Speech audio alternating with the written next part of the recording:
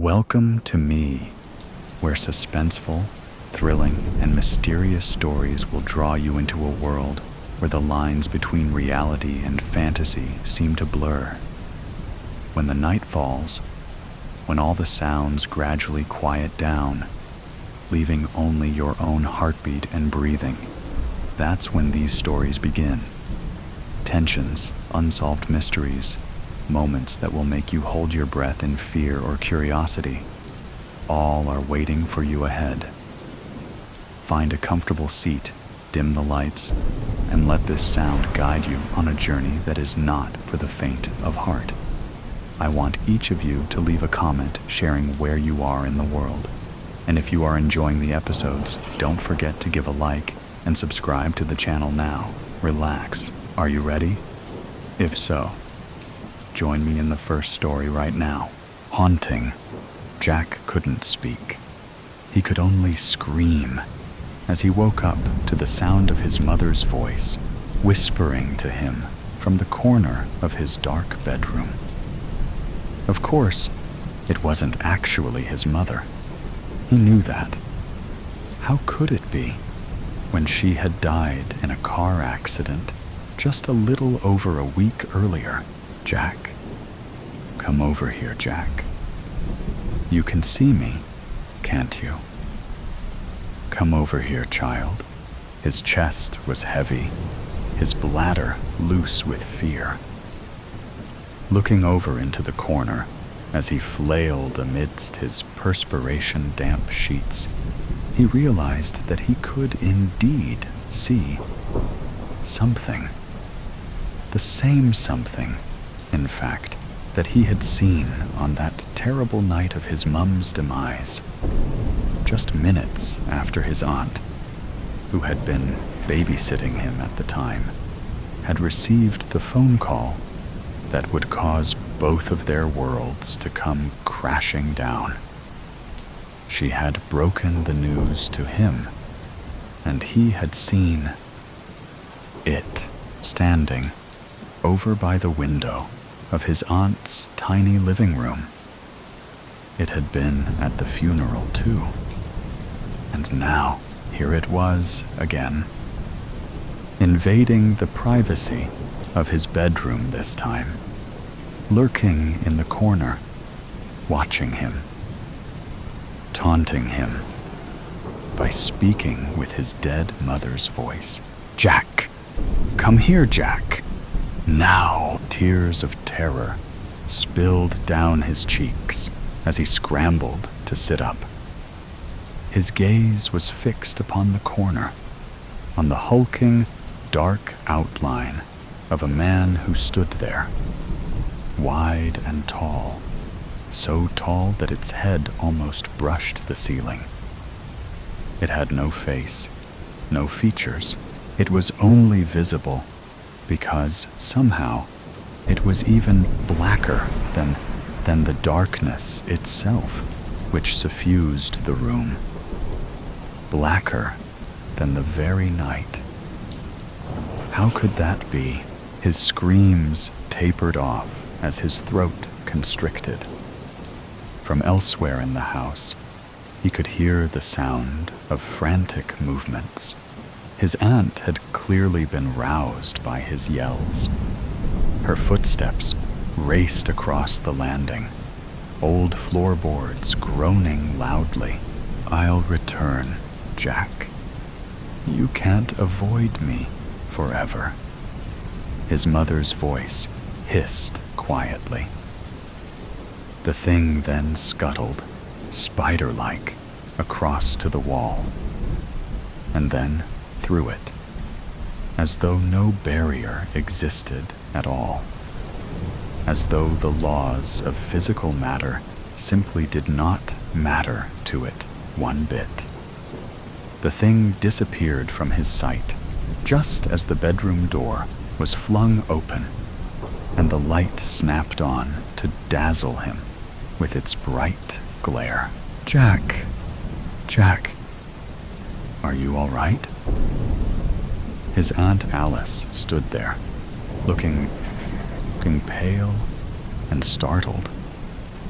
Her resemblance to his mum, as always these days, struck him like a dagger through the heart. They had the same raven hair, just as he did himself. The same ice blue eyes, same sharp cheekbones, same thin lips. His mother's, now stilled forever, whilst his aunt's were pinched in a worried frown as she approached the bed where he lay. "Sweetheart, what is it? Did you have a bad dream?" He shook his head. It was bad, all right, but it was no dream. He raised a trembling hand to point over at the corner where the thing had been standing, mocking him by its mimicking of his dead mother's voice as it tried to lure him in. Alice turned to look, but quickly brought her attention back to him. "There's nothing there, Jack. You just had a nightmare, that's all." Her gaze shifted, moving down over his sheets, where a damp stain alerted him also to the fact that he must have wet himself. He cringed, the tears coursing faster down his cold cheeks. What kind of a 12-year-old wet the bed? "It's all right," his aunt soothed. "I'll get those in the wash, and you can come and sleep with me in my bed for the rest of the night. It'll be dawn in a couple of hours anyway." And so saying, she ushered him out of his bed and took his hand to lead him over to her room. As always, it smelled strongly of lavender. After tucking him in, she retreated back to strip the damp sheets from his bed.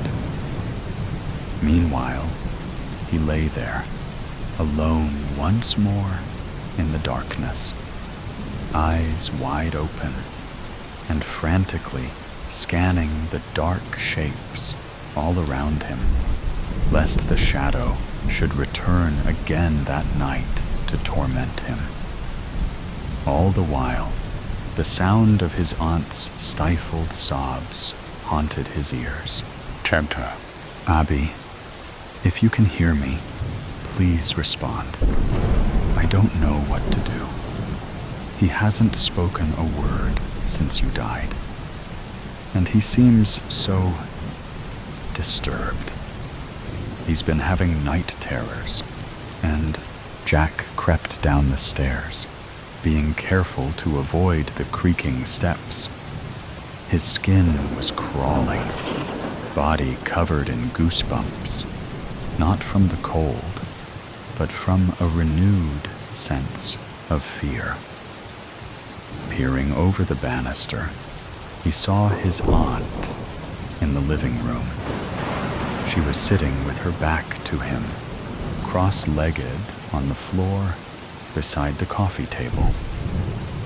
On the table itself, right in front of her, was a board, a wooden board with letters and numbers on its surface, the exact same kind of board as he remembered seeing his mother messing around with so many times before. Late in the evenings, after she'd had a bottle of wine. "Abby, are you here with us? Please, Jan." He wanted to run down the remainder of the steps, grab that board, and smash it to pieces, or burn it to ashes. For there was something about it that just seemed so very, very wrong. He was stopped in his tracks, however, by a sudden, sharp gasp from his aunt. She had her fingers resting on top of a small, circular piece of glass which rested atop the board. And as he watched, the piece of glass slid free of Alice's grip and went spinning away, clearly moving of its own volition. It raced in jagged lines all across the board. Jack felt dizzy at what he was seeing.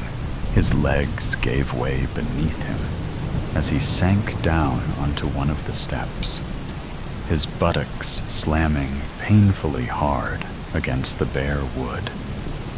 Candlelight leapt in the room before him, the multiple flames flickering wildly. A muffled groan rumbled deep in his chest. Alice did not turn around. She was far too intent upon whatever message was being spelled out to hear him. He watched as she snatched up a nearby notebook and pen, scribbling frantically as she noted down what she was seeing reveal itself before her, never taking her eyes off the board. Eventually, the glass fell still. Something stirred in the air. The candle stuttered.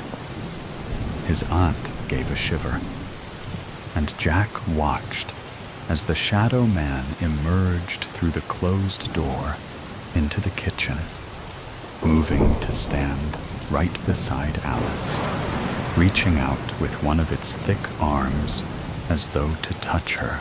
Another gust of wind blew through the room, carrying on it the stench of something rotting. Unable to take it anymore, Jack scrambled to his feet and ran back up the stairs. He cowered in his aunt's bed, covers pulled up over his head. As in the room below, he heard her begin to scream. Strange paint. Deborah had always been a solitary artist, pouring her heart and soul into her work in a dimly lit studio that smelled of turpentine and linseed oil. Her latest masterpiece was a vibrant canvas depicting a mystical forest, alive with creatures that seemed to shimmer and dance under the flickering light of a nearby candle. As she painted the final stroke, the colors swirled and shimmered, as if the very essence of life had been captured within the frame. Unbeknownst to her, the painting was not just a piece of art. It was a portal to another realm, one that thrummed with whispers and secrets waiting to be uncovered. One stormy night, a curious art collector named Harold stumbled upon Deborah's gallery. He was immediately drawn to her latest creation, the forest, alive with colors that seemed to pulse in the dim light. Despite the warnings of the gallery owner, who sensed an unsettling energy emanating from the painting, Harold insisted on purchasing it. He felt an inexplicable connection to the artwork, as if it called out to him, promising wonders beyond his imagination. That night, he hung the painting in his study, entranced by its beauty and unaware of the darkness lurking within. Harold could not look away from the painting as the clock struck midnight. The figures within it, elusive woodland creatures and ethereal beings, began to shift and move, their eyes glinting with mischief and allure. They beckoned him closer, their whispers growing louder, promising secrets of the universe and glimpses of forgotten dreams. Each night, Harold returned to the painting, his heart racing with excitement and fear as he felt himself slipping deeper into its enchanting world. Days turned into weeks, and Harold's life began to unravel. He neglected his work, and isolation became his companion. Friends and family expressed their concern, but he brushed them aside, captivated by the beauty and mystery of the painting.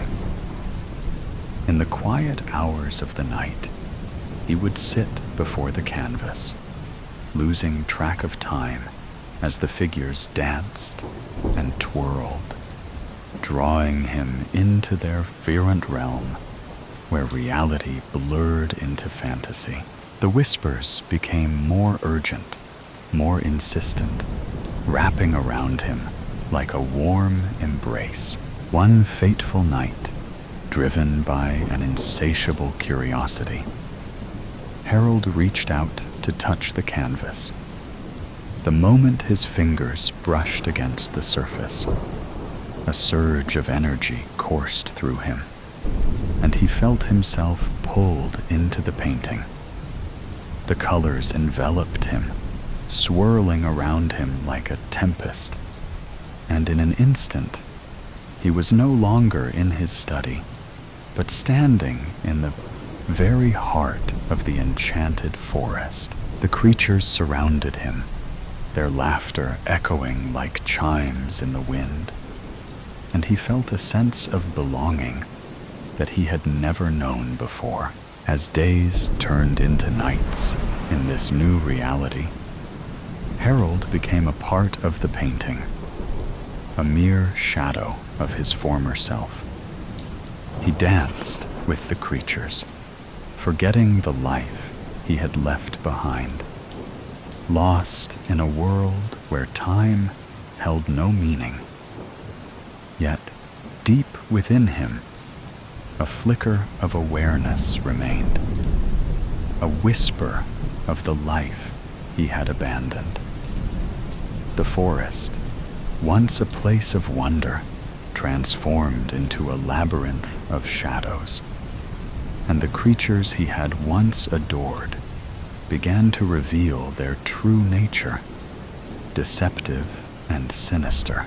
In the end, Harold understood too late that the enchanting world of Deborah's painting was a trap, a seductive illusion that fed on his very essence.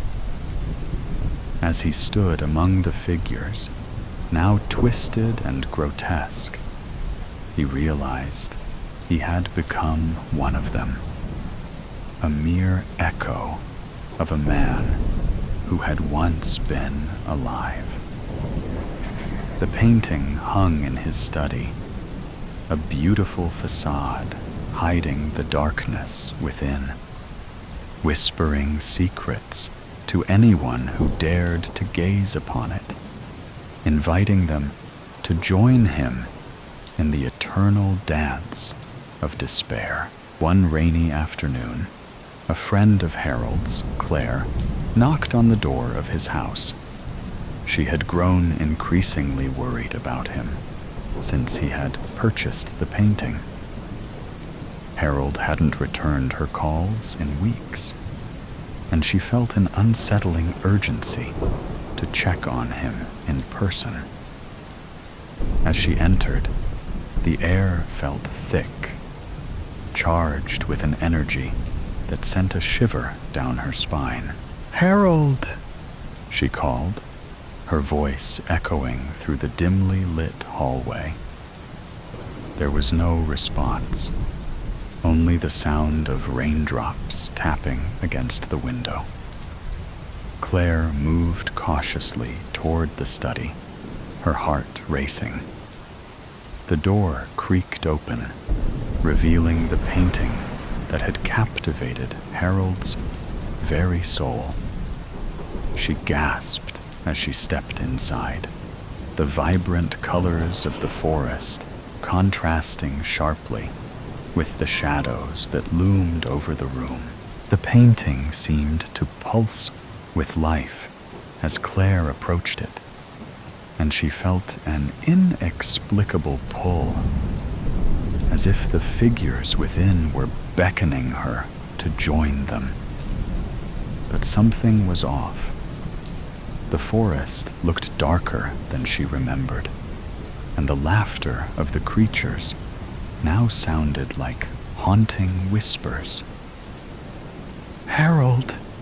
she called again, her voice trembling. Suddenly, she noticed a flicker of movement in the corner of her eye. It was Harold, standing eerily still before the painting, his gaze fixed on it as if he were entranced. She rushed to him, placing a hand on his shoulder. "Harold, are you okay? You've been gone for so long. I was worried sick." His head slowly turned to her, but his eyes were vacant, as if he were staring through her rather than at her. "Claire," he murmured, his voice distant. "You have to see. It's beautiful here. You can join me. We can be free." Fear gripped Claire as she looked back at the painting, where the creatures now gazed hungrily at her, their smiles widening. "Harold, this isn't right. You need to come back with me," she pleaded, shaking him gently, but he shook his head, a hint of desperation flickering in his eyes. "You don't understand. This is where I belong now. The forest. It holds everything I've ever wanted. You can't leave it. You have to stay." His voice grew softer, almost pleading. "You have to join us." Claire's heart raced as she realized the truth. The painting had ensnared Harold, twisting his mind and spirit, and now it was trying to lure her in as well. She took a step back, her instincts screaming at her to escape. "No, Harold! You have to fight it. This isn't you." At that moment, the creatures in the painting began to writhe and stretch, their forms becoming more grotesque, their laughter turning into a cacophony of chilling echoes. They reached out with elongated fingers, as if trying to break free from the confines of the canvas. The air grew heavy, thick, with a malevolent energy that made it difficult to breathe. "Join us, Claire," they chorused, their voices a twisted melody that tugged at her heart. "It's beautiful here. You'll never feel pain again." With a surge of resolve, Claire grabbed Harold's arm and pulled him away from the painting. "No, you're stronger than this. Remember who you are," she shouted, her voice breaking through the haze that enveloped him. For a brief moment, Harold blinked, confusion flickering across his face. "Claire? What's happening?" "Just breathe," she urged, her grip tightening around his arm. "We have to get out of here." The creatures within the painting howled in fury, their vibrant colors darkening as they sensed their prey slipping away. The shadows in the room twisted and churned, threatening to swallow them whole. Claire pulled harder, dragging Harold away from the painting, and as they stumbled backward, the connection between him and the canvas began to fray. With one last desperate attempt, the creatures lunged forward, their claws reaching for Harold. But just as they were about to grasp him, Claire shouted, "No!" and yanked him out of the study, slamming the door shut behind them. They stumbled into the hallway, gasping for breath, the oppressive weight of the painting's energy dissipating. Claire turned to Harold, who was finally coming back to himself, confusion and fear etched on his face. "What just happened?" he gasped, shaking as if waking from a nightmare. "You were lost in that painting," Claire said, her voice trembling. "It was trying to take you, to keep you forever. But we escaped. You're safe now." As relief washed over Harold, he looked back at the closed door of his study, where the painting hung silently, its colors muted in the absence of his gaze. "I didn't realize. I thought I was free." Claire placed a comforting hand on his shoulder. "You were caught in its spell, but you're stronger than it. We need to get rid of that painting before it claims anyone else." With newfound determination, they returned to the study, where the painting seemed to loom larger, its colors still swirling with a hypnotic allure. Together, they hatched a plan to destroy it, to sever the bond it had formed with Harold, and ensure that no one else would fall victim to its seductive trap. As they prepared to confront the darkness within the canvas, they knew that the battle was far from over. The forest might have tried to claim Harold, but together they would fight to reclaim his freedom and banish the malevolent forces that lurked behind the vibrant colors. The whispers from the painting grew louder, but this time they would not be silenced. The temporal drift. I could still feel the biting pressure of the zip ties on my wrists, the echoes of my parents' screams ringing in my ears. Time travel was my lock and key, a temporary solace from the agony of my past. But now, it felt like something more, a last-ditch effort to preserve my soul, to outrun the ghosts of my mistakes. I had never imagined that a time travel discovery, once a triumph, would come to haunt me. But there it was.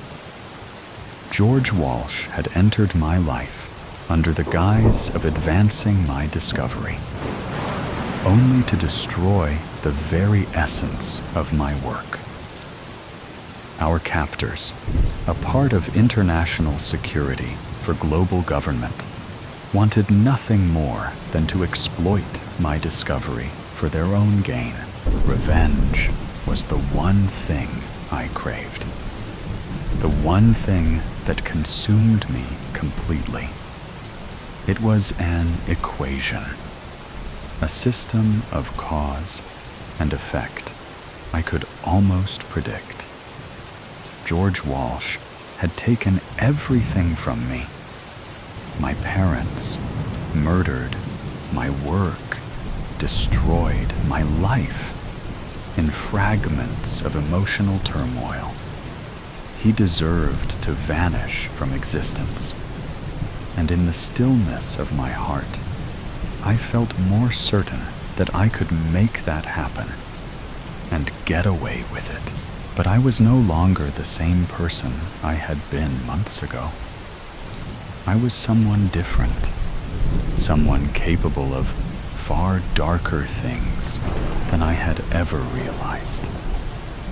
And that terrified me. I felt weight of the pocket watch in my hand, like a leaden anchor, pulling me deeper into the darkness. Memories of my parents' screams echoed faintly in my mind, but I knew that if I let them take control, they would destroy me. The time travel device had given me power, yes, but power was a dangerous thing. As a physicist, I understood the delicate balance of energy and entropy. I knew that any small disturbance could lead to catastrophic consequences. Reality itself bending and breaking in ways I could not control. Emotions were overpowering my logic. Revenge was tempting, seductive even. It was a persistent force, creeping into my thoughts, pulling me back into the past, into the moments of pain and loss. It was intoxicating. I could almost taste it, feel it running through my veins. If I allowed it to consume me, I'd be no better than the very people I sought to destroy. I was at war with myself, my mind telling me to focus, to fight the urge for violence, but my body trembling with the desire to strike.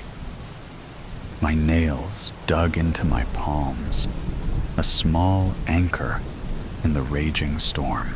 I tried to breathe, to focus, but the thoughts were relentless. The mathematics of it all did not add up. I was trapped in a paradox of my own making. Every thought I had led to another, a series of equations that felt impossible to solve. Revenge would change everything, but I could not afford to lose control. If I did, I would make an irreversible mistake. Again, that would be truly brilliant, wouldn't it? Sleep offered no comfort, but a pattern emerged in the dreams that plagued me. They were not mine, not entirely. They were vivid, pulling me into a past that was not my own, into a time of great resistance and rebellion. The golden age of piracy, a period of defiance against oppressive forces, where violence and betrayal were everyday occurrences. I grasped onto that dream like a lifeline. Perhaps revenge was not my only option. Perhaps I could rewrite my own fate without destroying everything.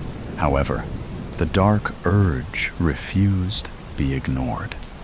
It whispered louder with every passing hour, its voice growing insistent and demanding.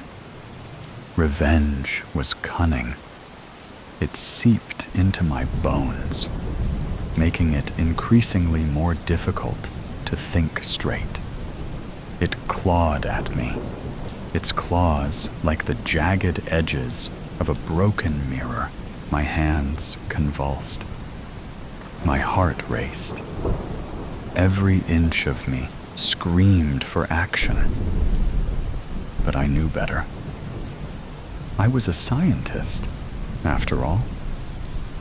I understood systems, the way one small change could ripple outward and cause unintended consequences. Revenge was an unstable reaction. It would explode, and I would lose myself in the process. But I could not stop the storm inside of me. Time travel had never been attempted before. No one had ever successfully crossed the threshold between ages, and yet here I was, stuck in limbo, in a place where the boundaries of time blurred and twisted. I should have been focused, should have been calculating every detail of my destination, but instead, my mind was adrift. It was as if the chaos inside me had spilled into the very fabric of time itself, distorting my path. And then, just as the chaos threatened to take over, I felt it. A cold, icy hand of dissonance. It was me, or at least a version of me, that I no longer recognized. This version of me was lost in the darkness, a person forged by pain and revenge, someone I was terrified of becoming. It was as if my own fear gripped my heart, pulling me away from the edge of destruction. I closed my eyes, fighting for control. I couldn't think clearly. The rage was suffocating, like a fear that threatened to consume me whole. I tried to remember what I knew about systems. Could I control the chaos? I thought of thermodynamics, of entropy, and the second law, that everything tended toward disorder. Was this my own collapse? Was I simply a part of a greater, inevitable breakdown? I clutched the pocket watch, the mechanism cold against my skin. The ticking, once a comforting sound, now felt like the ticking of a bomb. Time was slipping away, but I had to make my choice. The past was a tangled mess, and if I tried to correct it, if I tried to rewrite it, I might undo everything I had worked for. But revenge was too tempting. It pressed against me, a living, breathing thing. I could not escape it. It was inside me. And yet, there was something else. Hope. Hope had always been so distant, something I hadn't allowed myself to believe in for so long. But in that moment, in that fractured, chaotic space, I grasped it with my fingertips. It was a lifeline, pulling me away from the precipice of vengeance.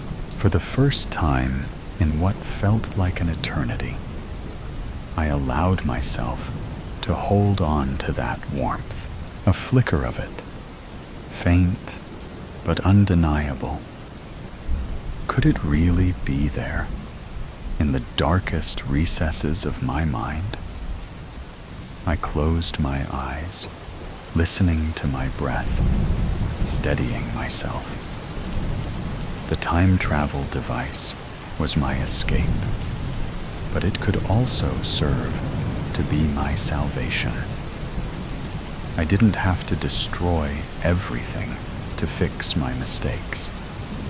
I could choose a different path, one that didn't lead to annihilation. The warm glow of hope began to spread from my fingertips, a tiny spark that grew with each breath, I took. The darkness that had been clawing at me started to retreat, fading like a bad dream. The rage that had been consuming me felt distant now, as if it no longer had a hold on me.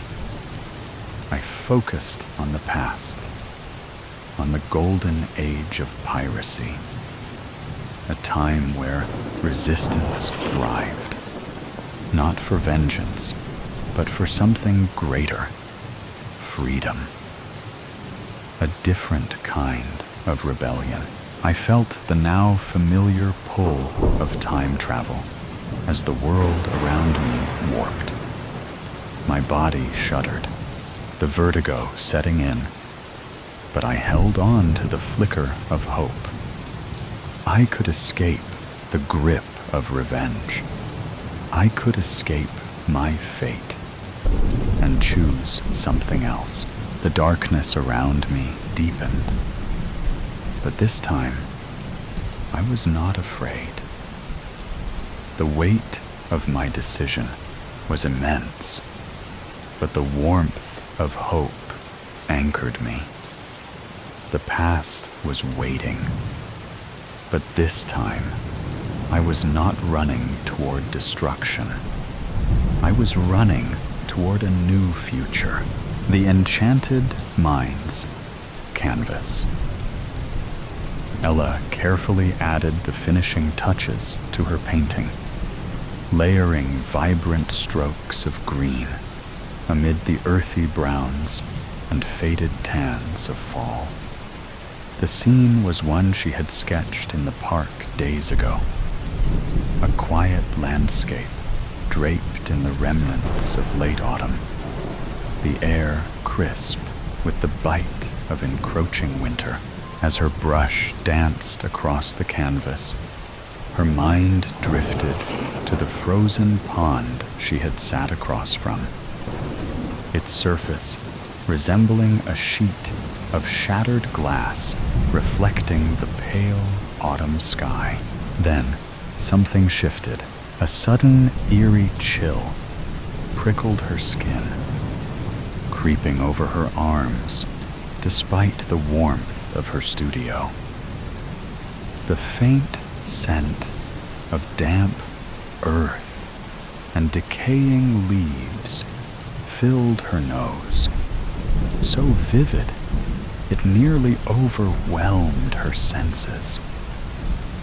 A sharp gust of wind brushed past her cheek, biting at the tip of her nose. She gasped. Her fingers trembled around the brush as the sensation deepened, no longer just a figment of her imagination. It felt real. The world around her wavered, its edges blurring as if reality itself had begun to ripple beneath her fingertips. Ella's heart raced. Her hand wasn't just gliding over the painting, it was sinking into it. Her studio began to shift, the walls dissolving into streaks of color, and then, in an instant, she was there. The park looked exactly as she had painted it. Frost-laced grass, undressed trees swaying, and a frozen pond glistening under the pale sunlight. The icy air sent a chill up her spine as the wind whispered through brittle branches. Her heart pounded. How am I here? Before she could take a step forward, the sensation snapped, sharp and sudden, like a rubber band stretched to its limit. The world around her rushed past in a dizzying blur, and in the blink of an eye, she was yanked back to her studio. Ella glanced around, her breath unsteady as she tried to ground herself. her gaze settled back on her painting, looming more vibrant, more lifelike, almost as if it had absorbed some essence of reality itself. Her eyes then fell to the floor. Scattered across the hardwood were remnants of dead grass and brittle leaves, the very same ones that had lined the park's frozen ground. Her pulse thundered in her ears. Then, like a whisper from the past, a memory surfaced. One she had long convinced herself was nothing more than a dream. This had happened before. A few months after waking from her coma, she had felt the same eerie pull, like an inexplicable shift between worlds. But she had dismissed it, blaming it on the lingering haze of recovery, a mere figment of her imagination. But it wasn't just her imagination, was it? She had seen it happen, and more. It started subtly. Cats stretching, birds ruffling their feathers, shifting within the canvas. With each incident, her paintings became eerily lifelike, earning her recognition and eventually her own gallery exhibition. But this was different. This time, she hadn't just brought something to life. She had been pulled into it. A shiver ran down her spine. The cold from that autumn landscape still clinging to her bones. She turned back to the painting, a strange weight settling in her chest. Whatever was happening to her, it wasn't just art anymore. It was something deeper, something more powerful, and she had no idea how to control it. 5 years ago. Anxious and impatient, Ella paced the hospital, her walker tracing an endless figure 8 of corridors. She wanted out.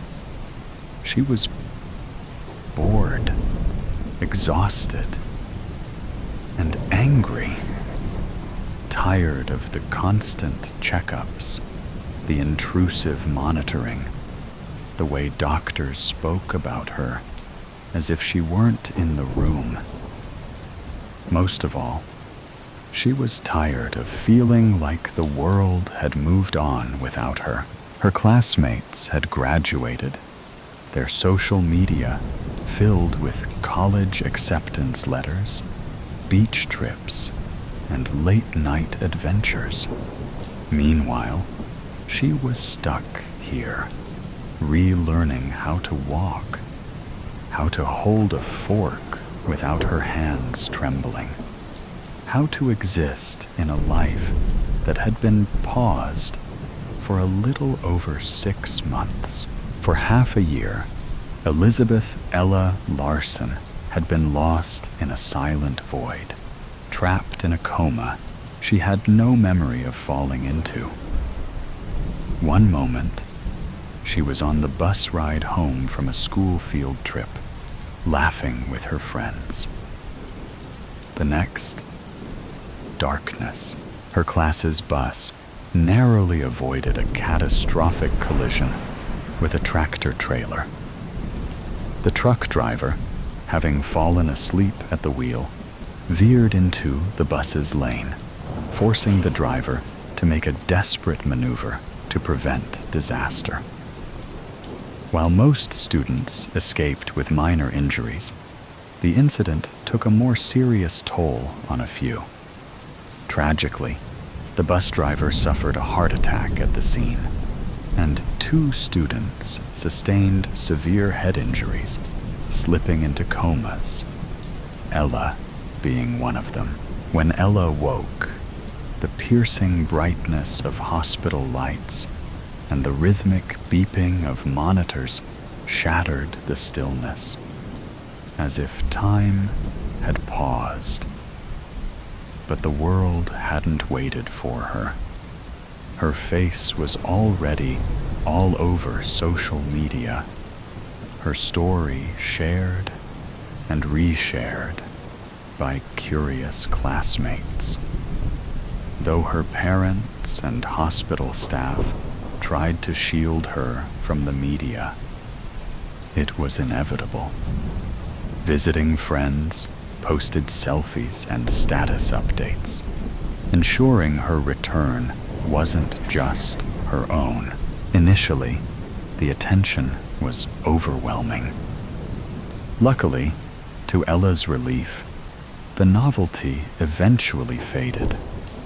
Only a few persistent reporters and social media diehards still sought a glimpse of the girl who emerged from a coma. Meanwhile, life resumed for everyone else, leaving Ella to realize she hadn't just lost 6 months. She had lost so much more. Pep rallies, graduation, and spring break. Before the accident, Ella had been an exceptional artist for her age. She had spent years perfecting her craft, creating paintings so lifelike they seemed to breathe on the canvas. Art was her passion, her escape, and hopefully her future. She had applied to countless schools, dreaming of the day she would walk through the doors of an art academy. But the more she recovered, the more she sensed that something had changed. A strange energy pulsed through her hands, as if the accident had left behind more than just scars. At first, she had brushed the feeling off as nothing more than a lingering effect of her recovery. However, when she finally picked up a pencil again, her art would begin to capture more than just reality. Hoping to lift her spirits, her parents brought her sketchbook. The physical therapist agreed and encouraged her to draw, believing it might restore her fine motor skills quickly. But the first time she tried sketching, her fingers, once so steady, betrayed her. The once effortless strokes turned to jagged, clumsy lines, chicken scratch from a toddler's hand. Frustrated and disheartened, she shoved the sketchbook aside and refused to touch it for days. Then, one afternoon, on impulse, she picked it up again. She began sketching the vase of flowers that sat on her hospital windowsill, a gift from her art teacher. The sunlight caught the delicate curve of a lily petal just right, making it the perfect subject to draw. As she sketched the details, a strange warmth spread through her fingertips. As Ella became completely immersed in her sketch, her mind wholly focused, the air around her began to shift. The scent of fresh lilies began to overwhelm her senses, far more intense than before. Startled, she looked up. Her breath caught. The real flowers had changed. The lilies that were half closed were now in full bloom, mirroring the one she had just finished drawing. Her sketchbook slipped from her hands, landing with a soft thud on the hospital bed. Ella stared at her fingers, watching as dust particles swirled in the afternoon light. Except they weren't just dust. The air around her shimmered, an iridescent glow clinging to her skin. She blinked, her heart pounding. It had to be a hallucination, a trick of her recovering mind, just a dream, she told herself, while her eyes were still fixated on her hands. Yet deep down, she knew the truth. Something within her had been unlocked. Awakened by the sun's warmth, Ella sat up, squinting against the bright light streaming through her bedroom window. Despite the winter chill, the morning sun cast an ironic touch of warmth to the frigid 30-degree day. As she shook off the haze of sleep, the sharp beeping of her alarm clock jolted her fully awake, a nagging reminder of the day ahead. She was scheduled to inspect the gallery rooms in the newly opened art building downtown, ensuring her pieces were displayed exactly as she envisioned. Tomorrow marked her debut exhibition, the moment she had worked toward for years. Excitement and nerves twisted in her chest. It was finally here, and she wasn't about to leave anything to chance. Silencing the alarm, Ella swung her legs over the bed and took a steadying breath. She grabbed the outfit she had picked out the day before, sophisticated yet artistic, the perfect balance. Heading towards the bathroom, she caught a glimpse of her latest work, leaning against the wall. A hypnotic twilight scene of Pittsburgh's skyline, reflected in the Monongahela River. The river seemed to shimmer, as if a ripple might break across the surface if she stared too long. Nope. Nope. Not today, she muttered, quickly looking away. No incident, especially not tomorrow. But what if it happened again? What if a painted river overflowed, flooding the gallery? Or a sudden gust of wind swept through, touching the viewers? And what if they realized what she could do? She pushed the thought aside, taking a deep breath as she splashed water on her face.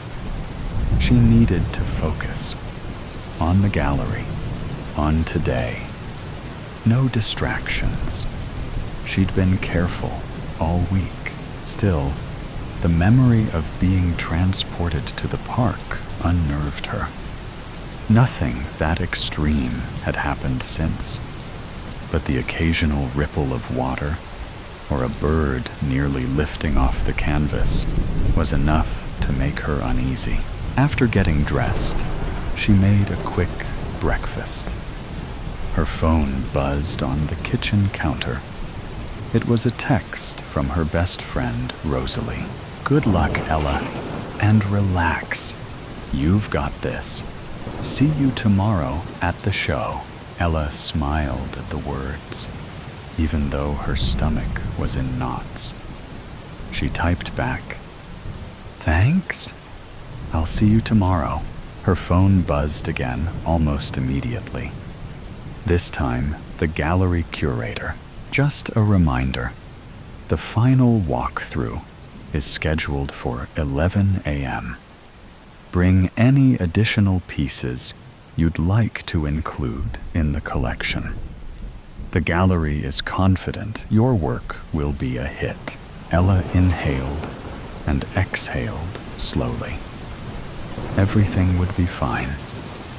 She grabbed the two paintings, the one of Pittsburgh reflected in the Monongahela, and another tucked behind it. along with her purse and keys. By the time she arrived at the gallery, her nerves had settled into quiet determination. The venue was stylish and contemporary, with high ceilings and whitewashed walls, perfect for showcasing her work. A gallery handler took the paintings she'd brought, placing them in their designated room, while a marketing assistant guided her through the maze of exhibits. Each piece displayed exactly as she had envisioned. She moved through the gallery, carefully inspecting each painting, occasionally adjusting placements to perfect the flow.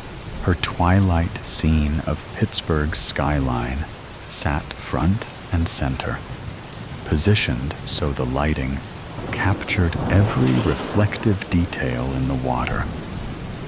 But as she stared at the shimmering river, a familiar pull stirred in her chest. No, not now. Not here. She forced herself to look away, focusing on the next piece. A series of landscapes inspired by the city's parks. Under the gallery lights, the colors felt more vibrant, almost alive, as if one could stride in. But as she neared a painting of a dense, forested path, the pull returned, subtle yet unsettling. Her hand trembled as she reached for the wall to steady herself. She couldn't risk it. Not here. Not today. Why was this starting again? Was it because she was tense and anxious, trying to suppress the sensation? She shifted her focus to the gallery curator and marketing assistant, who had been quietly observing her. Forcing a smile, she said, "Everything looks great. I think we're all set for tomorrow. Fantastic. Everything will be perfect. We just need you to review the virtual gallery site and give your approval," the curator said cheerfully. Ella nodded, her thoughts swirling.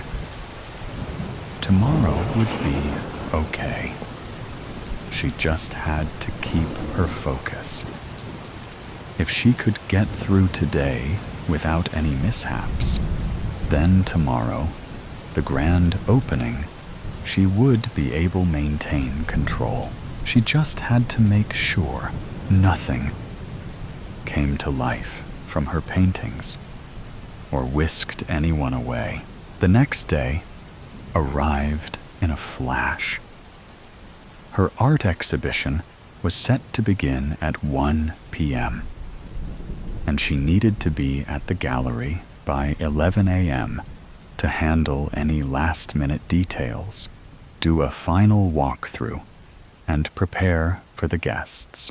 Last night, after returning home to unwind, she had felt the urge to draw, but she forced herself not to. She needed to rest, to stay focused. She didn't want to tempt the growing power within her.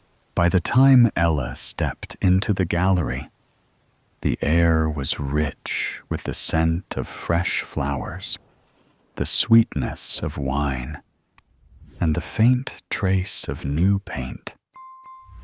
The space had transformed overnight. Elegant spotlights bathed each painting in a soft glow, making the artwork seem even more alive.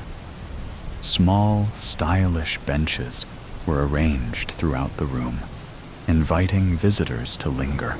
Soon, guests began to arrive, mingling with glasses of wine in hand, their murmurs forming a low hum of anticipation.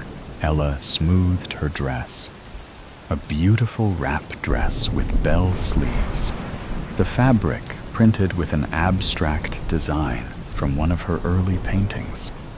Her friend Rosalie had helped bring it to life, sewing it into a wearable piece of art.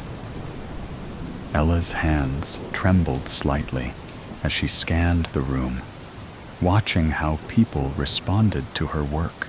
Rosalie was the first to spot her, letting out an excited squeal as she rushed over. "You did it, Ella. Look at all these people. And your work. It's absolutely breathtaking under these lights. You've been busy over the years. Just look at all these paintings." She squeezed Ella's arms, beaming. "How are you feeling?" Ella forced a smile, letting out a nervous chuckle. "Excited, nervous, and definitely a little terrified." Rosalie laughed reassuringly. "Totally normal. Just breathe, okay? This is the moment you've been waiting for. And it's happening." Before Ella could respond, a voice cut through their conversation. Ella Larson. She turned to see a distinguished older man with long salt and pepper hair and sharp eyes behind wire-framed glasses. He extended a hand. "Hello, I'm George Morgan, art critic for the Tribune. I must say, your work is astonishing. There's a vibrancy and realism here that I rarely see in paintings these days." Ella's heart pounded against her ribs. "Thank you, Mr. Morgan. That means a lot." She smiled, trying to keep her nerves in check. His gaze lingered on the twilight of Pittsburgh painting. This one in particular. It's mesmerizing.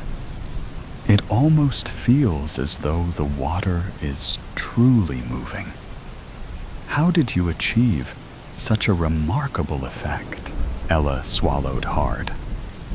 "Oh, I tend to get in a zone," she said with a small, nervous smile. "A lot of detail, layering, and finding the right mix of paint." Morgan nodded approvingly. "Enchanting, almost lifelike." As the critic moved on, Rosalie elbowed Ella subtly. "See? You're already impressing the media." Ella barely had time to absorb the moment before Dina, the gallery owner, approached with an eager expression. "Ella, would you mind coming with me? The guests would love to hear a few words from you. Some are already interested in purchasing your work. Just a short welcome and a bit about your inspiration, okay?" Ella's stomach clenched, but she nodded. This was part of the dream, right? Taking a deep breath, she followed Dina to a small platform at the center of the room. As the soft clinking of glasses faded and guests turned to face her, Dina introduced her. Ella steadied herself and took a deep breath. "Hello, everyone. My name is Elizabeth Larson, but most people call me Ella. First, I want to thank Dina, the gallery owner, and Jessie, the curator, for giving my art the honor of being the first exhibit in this beautiful new space. And of course, thank you all for being here tonight." She continued her speech, her voice growing steadier with each word.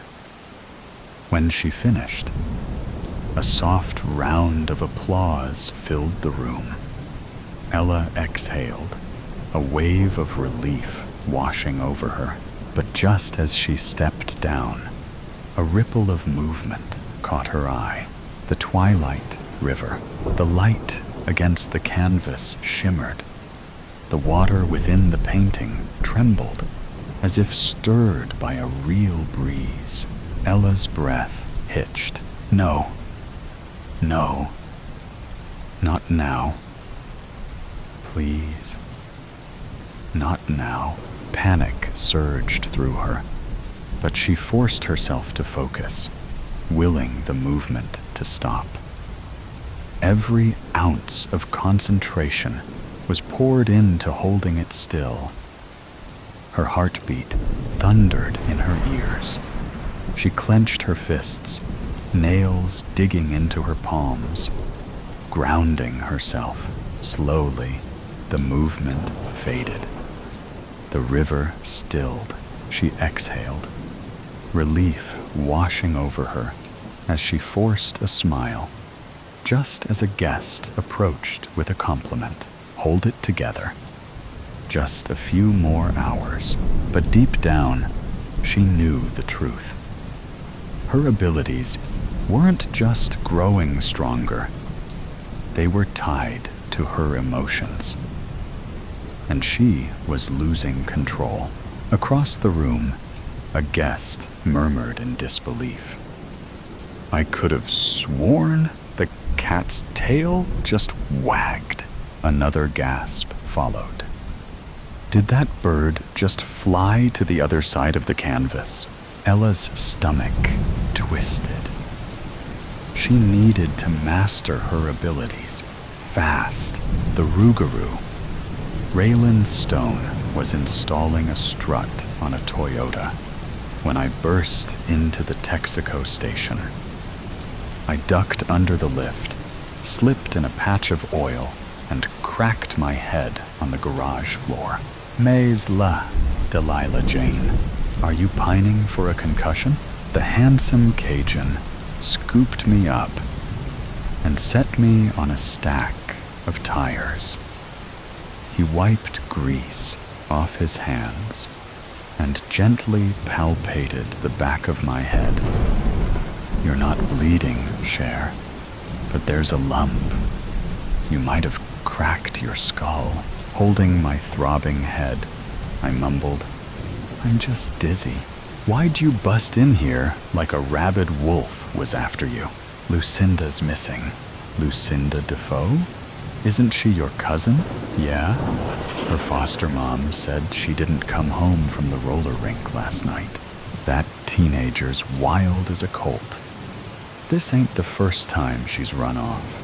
That's why I've got to have my truck. A muscle vibrated in his lean jaw. It's not ready. Baton Rouge ain't bringing the new radiator until tomorrow. Then let me borrow something. Antoinette thinks that Mississippi River pirates got her. He threw back his head and laughed. Antoinette watches too much television.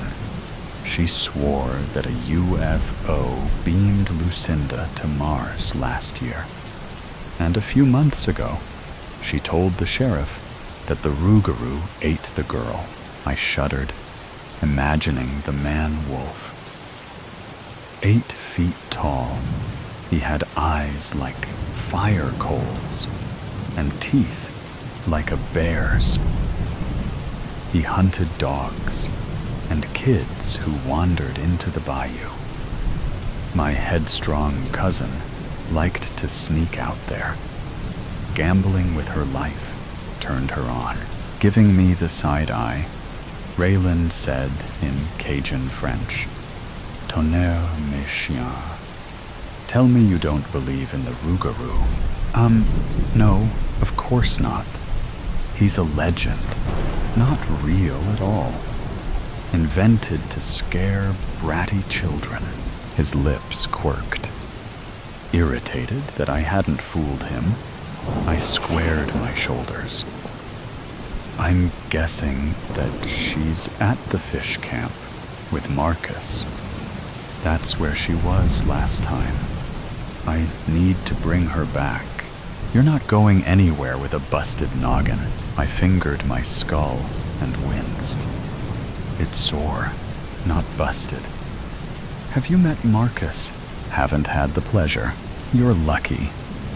He's mean as a snapping turtle. Everybody swears he eats water moccasins and scorpions for breakfast. Imagine what he could do to a 16-year-old. Are you gonna lend me a vehicle or not? Sorry, I don't have a loaner. Muttering, I shoved myself off the tires and bumped into his hard chest. Steadying me, he smoothed a curl off my forehead. I leaned into his palm for an instant and then stepped back. My friends said he was crazy about me, but he'd never even stolen a kiss. Raylan Stone was a Southern gent, a throwback to the days when a man left a calling card and asked your daddy if he could court you. I didn't have a daddy. Neither did Lucinda. I licked my lips and tried again. My cousins had nothing but bad breaks since her parents died. If she's with Marcus, she's with a critter as dangerous as the Rougarou. He sanded the beard stubble on his jaw with the heel of his hand. Look, I'd drive you if I could. But the mayor's coming to pick up the Toyota. I've got to finish the struts and rotate the tires by 5 o'clock. Tell her it's an emergency. Narrowing his dark eyes, he stepped forward and caught my chin. He stood rock still, his warm breath wafting over my face. I trembled, thinking he was going to kiss me. I wanted him to. Instead, he whispered, I was a medic in the army, not a neurologist. But I'd say you dodged that concussion. Your pupils are equal and react to the light. That's a hard head you've got, taking a hit like that on concrete. Yeah, my head's not made out of paper mache. I'm fine. Prove it. Let me see you walk the seam in the floor. Hoping he would relent about driving me, I traversed the crack like a tightrope walker, turned, and came back. My head hurt, but I didn't wobble. Satisfied, his brows drawn in a scowl, he picked up a box wrench and twirled it through his fingers. All right, Cher, you win. I'll let you take old Jeb, go to the fish camp, and then come straight back. Deal, old Jeb? Oh la la. Raylan's rebuilt 1940 International Harvester was a thing of power and beauty. He didn't let anybody drive that truck. Maybe he was crazy about me. I resisted a sudden urge to kiss him. Go wait in the portico, Delilah Jane. I'll bring him around. Hurry before I change my damn mind. Its wiper blades flip-flopping over the divided windshield. The old truck rumbled into the portico a few minutes later. Raylan hopped out and cocked his fists on his narrow hips. You ever drove a double-wheel rear end? No, but it can't be all that different from my Ram truck. Different enough. You lock up the brakes, you'll skip the tires, and the rear end'll get away from you. Don't drive old Jeb over 40. Heavy rain's fixing to start. I'll drive him 10 under at all times. I swear. That'll be a first. You doing the speed limit. I put my foot on the wet running board and slipped. I fell backwards. As Raylan cupped my hiney to catch me. I heard him draw a sharp breath. "Careful, darlin'. It's slippery when wet." Dieu. He slid his hands to my waist and boosted me onto the seat. I stole a look in the rearview mirror. Red cheeks, lawsy, an impish twinkle in his eyes. He said, "I dropped a green diamond 214 cubic inch engine into old Jeb last month. Feel the vibration? That calfskin seat's kind of tickly, ain't it?" Yes, the engine was vibrating a place I'd never admit to in 1,000 years. Or maybe it was a visceral memory of Raylan's hands on my tail. Oh la la, with hot pepper on top. The engine ain't broke in yet, so keep an eye on the tachometer as you run through the gears. Don't rev him up, you hear? I'll treat him like a baby possum. He snorted and shook his head. You don't have to go that far. Hey, let me adjust the rearview mirror for you. The dang thing likes to stick. As he leaned across me, his fingertips skimmed my thigh. He turned his head and gazed at me for several breathless seconds. I saw a muscle throb in his cheek and heat flash in his eyes. He positioned the mirror and stood back, flushed from head to toe. I stared at the gauges as though I'd never seen anything so fascinating. Okay, see if Lucinda's out there, and then head straight back here. If she ain't at the fish camp, the sheriff can send the Cajun Navy after Antoinette's river pirates. I chuckled as he shut the door. Cranking the window down, I was about to wisecrack that he looked like a daddy sending his truck off to kindergarten. But he gazed at me with such solemnity that the words died in my throat. Watch your back, darlin'. I don't believe in your rougarou. But if something were to happen to you, nothing's gonna happen, and he's not my rougarou. I forced a laugh. That smelly old monster would make an awful pet. Looking even more solemn, he placed his warm hand on the back of my neck. You sure you know how to drive a big truck? Does a duck wear waterproof underwear? Watch me. His fingers tightened. I'd like to watch you, and not in duck drawers. Damn, woman, you wear that truck like Victoria's Secret. Who? I flushed again, thrilled. Maybe Raylan Stone wasn't the gentleman I'd taken him for. Buckle up. There ain't a shoulder harness, but the lap belt will keep you from going anywhere. Not that you're gonna hit nothing, right? I touched 2 fingers to my eyebrow. Right. Don't worry about me. Frowning, he churned his hair with both hands. Quit worrying, Raylan. I'm calm as a clam. Calm as a clam fixing to be deep fried. I'll be back in 2 hours. I pushed in the clutch, eased into first gear, and drove into the rain. It wouldn't be long until dark.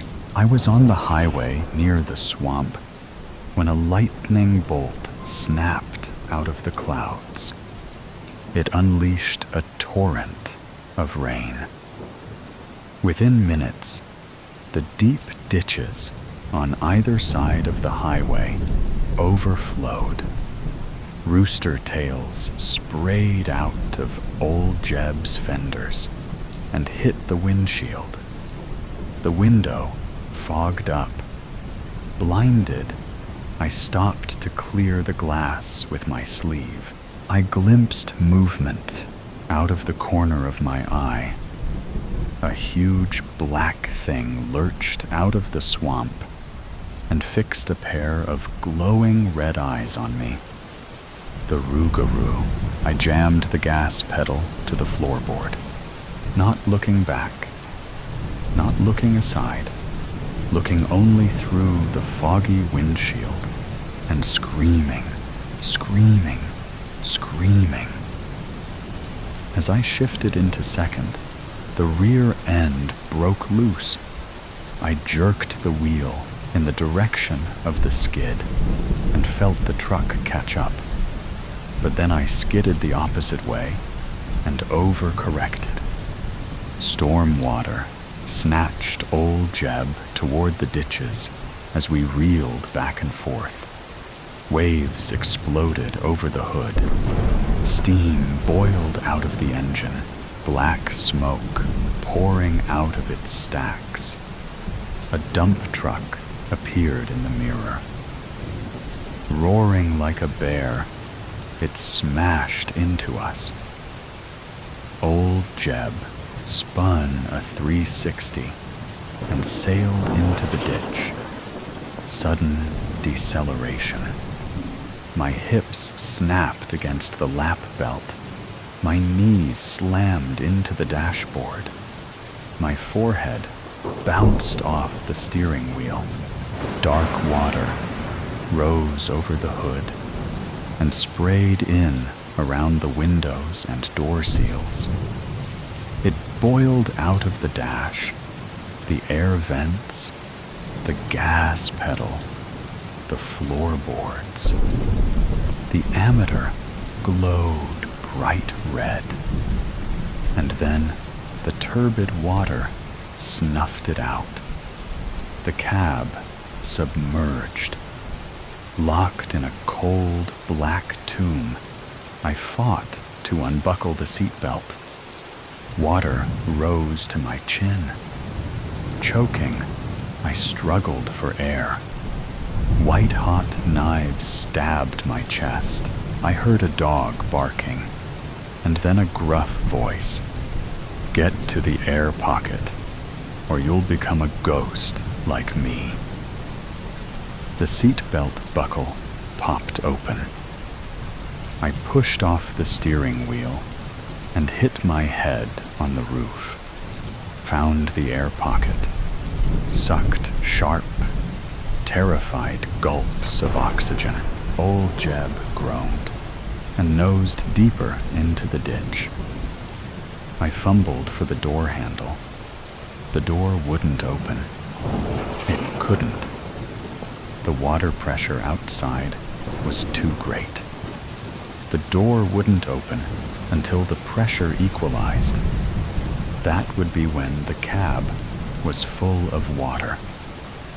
By then, I would have drowned. Raylan Stone would tow the truck out and stare at me in disapproval. I'd promised not to hurt old Jeb. Dragging in a lungful of air, I ducked underwater and tried to grab the window crank. The freezing water struck my head like a hammer and knocked the air out of my lungs. I caromed to the ceiling and hit my head. I can't do it. It's too deep. It's too cold. I can't get out. I'm gonna die. Something appeared in the darkness. Brown fur, claws, teeth. I felt the Rougarou touching me, breathing on me. I screamed in mindless terror. Roll down the window. Golden eyes, a white bib, and speckled paws appeared. It was the little brown dog that I'd lost to the Rougarou when I was 5. Barks pushed my head underwater and guided my frozen hand to the crank. Together, we rolled the window down.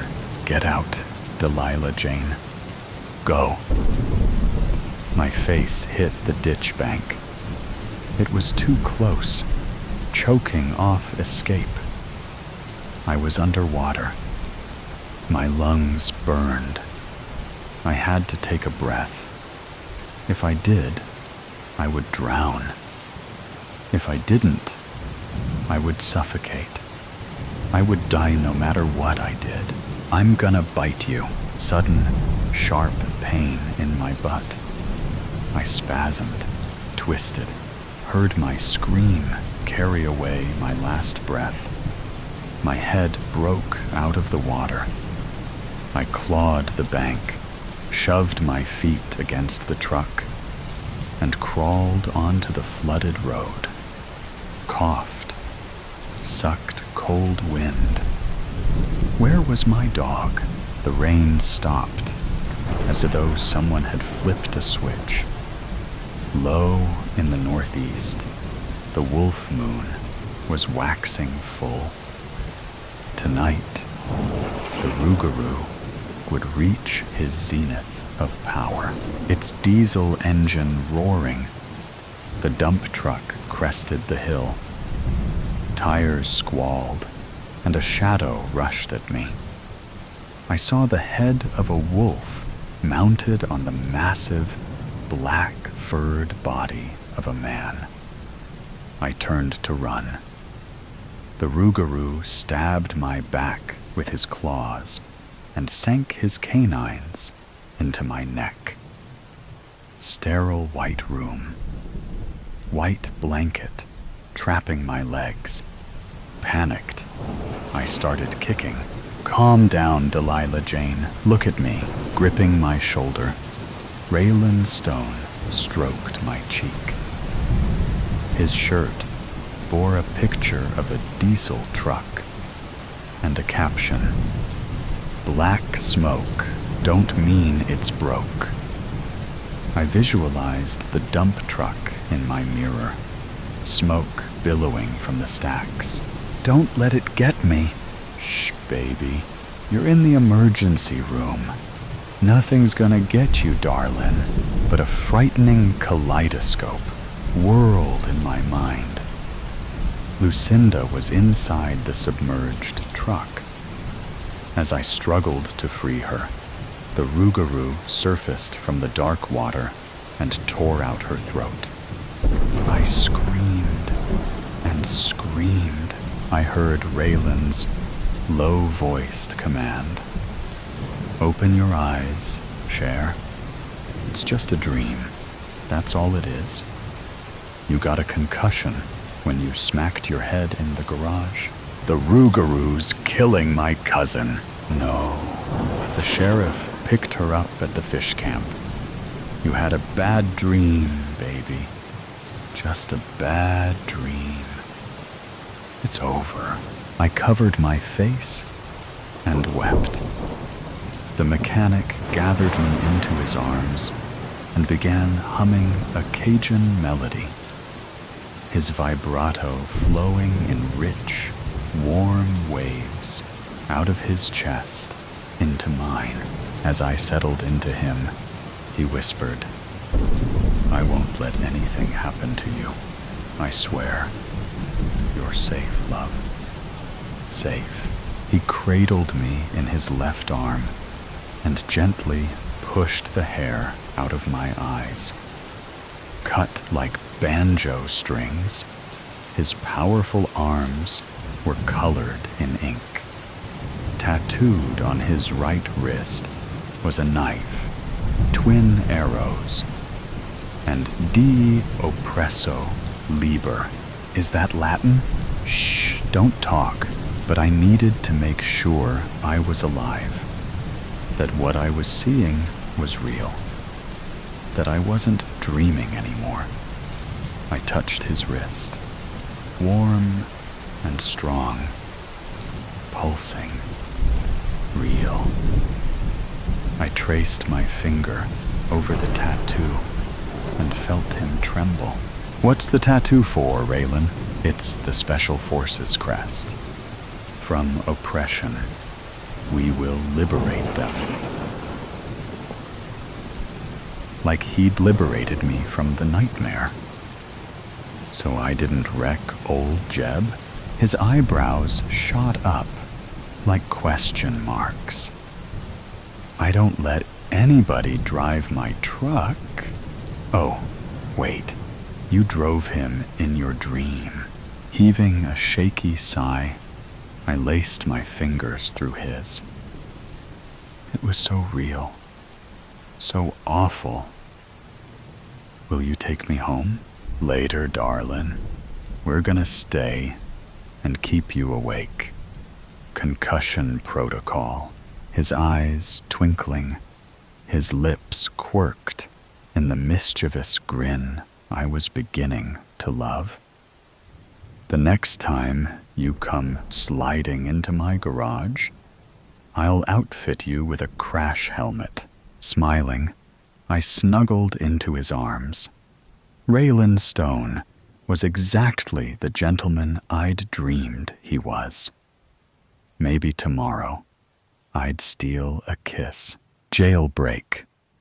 The cold, sterile hallway just outside of my confinement center wall made it possible to hear every footstep, growing louder as they neared me, fading as the person receded into the distance, marching to whatever task they were assigned. It was impossible to know how long I'd been here. Minutes felt like days. Hours felt like months. All I knew was that it was time. What was that quote from the Shawshank Redemption?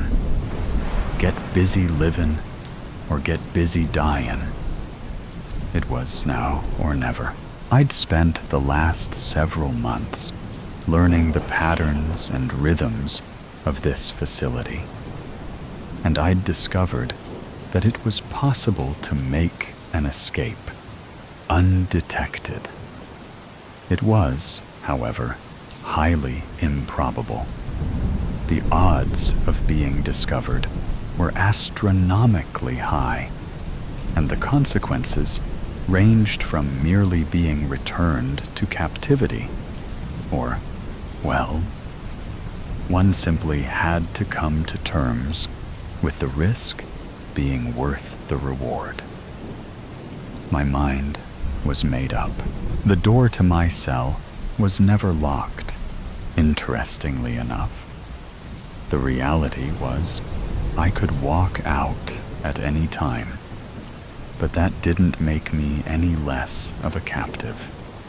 They knew that I couldn't just leave, and that made them reckless with this one very simple security measure. There were others here, too, held in similar circumstances as myself. If my plan was to work, if I could make my way to freedom, there would be new protocols put in place. The others would feel those consequences. That thought had kept me from trying to escape before, that my freedom would lead to their pain. But as the days and months wore on, I'd shoved those thoughts aside. Surely they had tried and failed at exactly what I'm attempting now. Did they consider how their success would affect me? I strongly doubted it.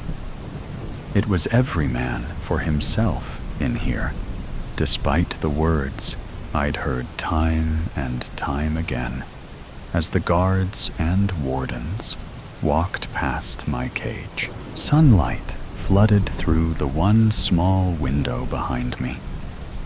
It seemed as though it had been weeks of gray skies. The warmth on my skin was all the encouragement that I needed. It was now or never. I listened for the sound of 2 sets of footsteps coming down the hallway. This pair always made their way along the corridor at the same time every day, always together. After them, there would be 2 more, but this time in singles, a few minutes apart. Then it would be time. They all needed to see me, to know I was still here. Their complacency must remain intact for my plan to succeed. The faint sound of 4 feet making their way towards me finally could be heard. The steps grew louder, keeping pace with the increasing pounding of my heart as I knew the time had come. Louder, louder. My pulse began to increase. I had to bring it down. This cannot be done if I can't control my nerves. I felt my hands begin to shake a little with the increased adrenaline. Sweat began to form ever so slightly beneath my arms. I had to get control. I took a deep breath and let it out slowly. Then another. Then another. I cleared my mind of what was about to take place. I didn't need to go over the plan any further. I knew it well. I just needed to move with calm deliberation. Another deep breath. I felt my heart rate begin to slow. Another deep breath. My hands steadied. Then the plodding footsteps came to a stop just beyond my door. "Hello in there," came the much too delighted voice of the middling drone on patrol. He was happy to be here, happy to be in the slightest position of power over me. Had a few things gone differently, maybe it would be me out there and him in here. I like to think that I'm better than him, though.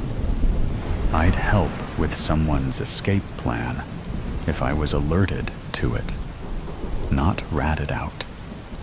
Or, at the very least, I'd look the other way, but not him. No, he derives meaning from this tiny amount of authority. I won't give him the satisfaction of getting even a hint of what I'm about to do. "Hello, sir," I reply back, attempting to soften the terseness that I want to convey. The woman who patrols with him never acknowledges me.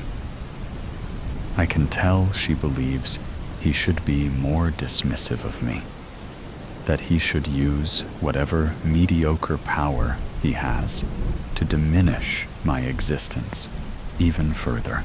Nice to see the sun shining again, isn't it? It is. Hopefully, you'll get to enjoy it fully soon. I know I will. I continued to myself. Perhaps, but my shift does run pretty late into the day, so maybe another time.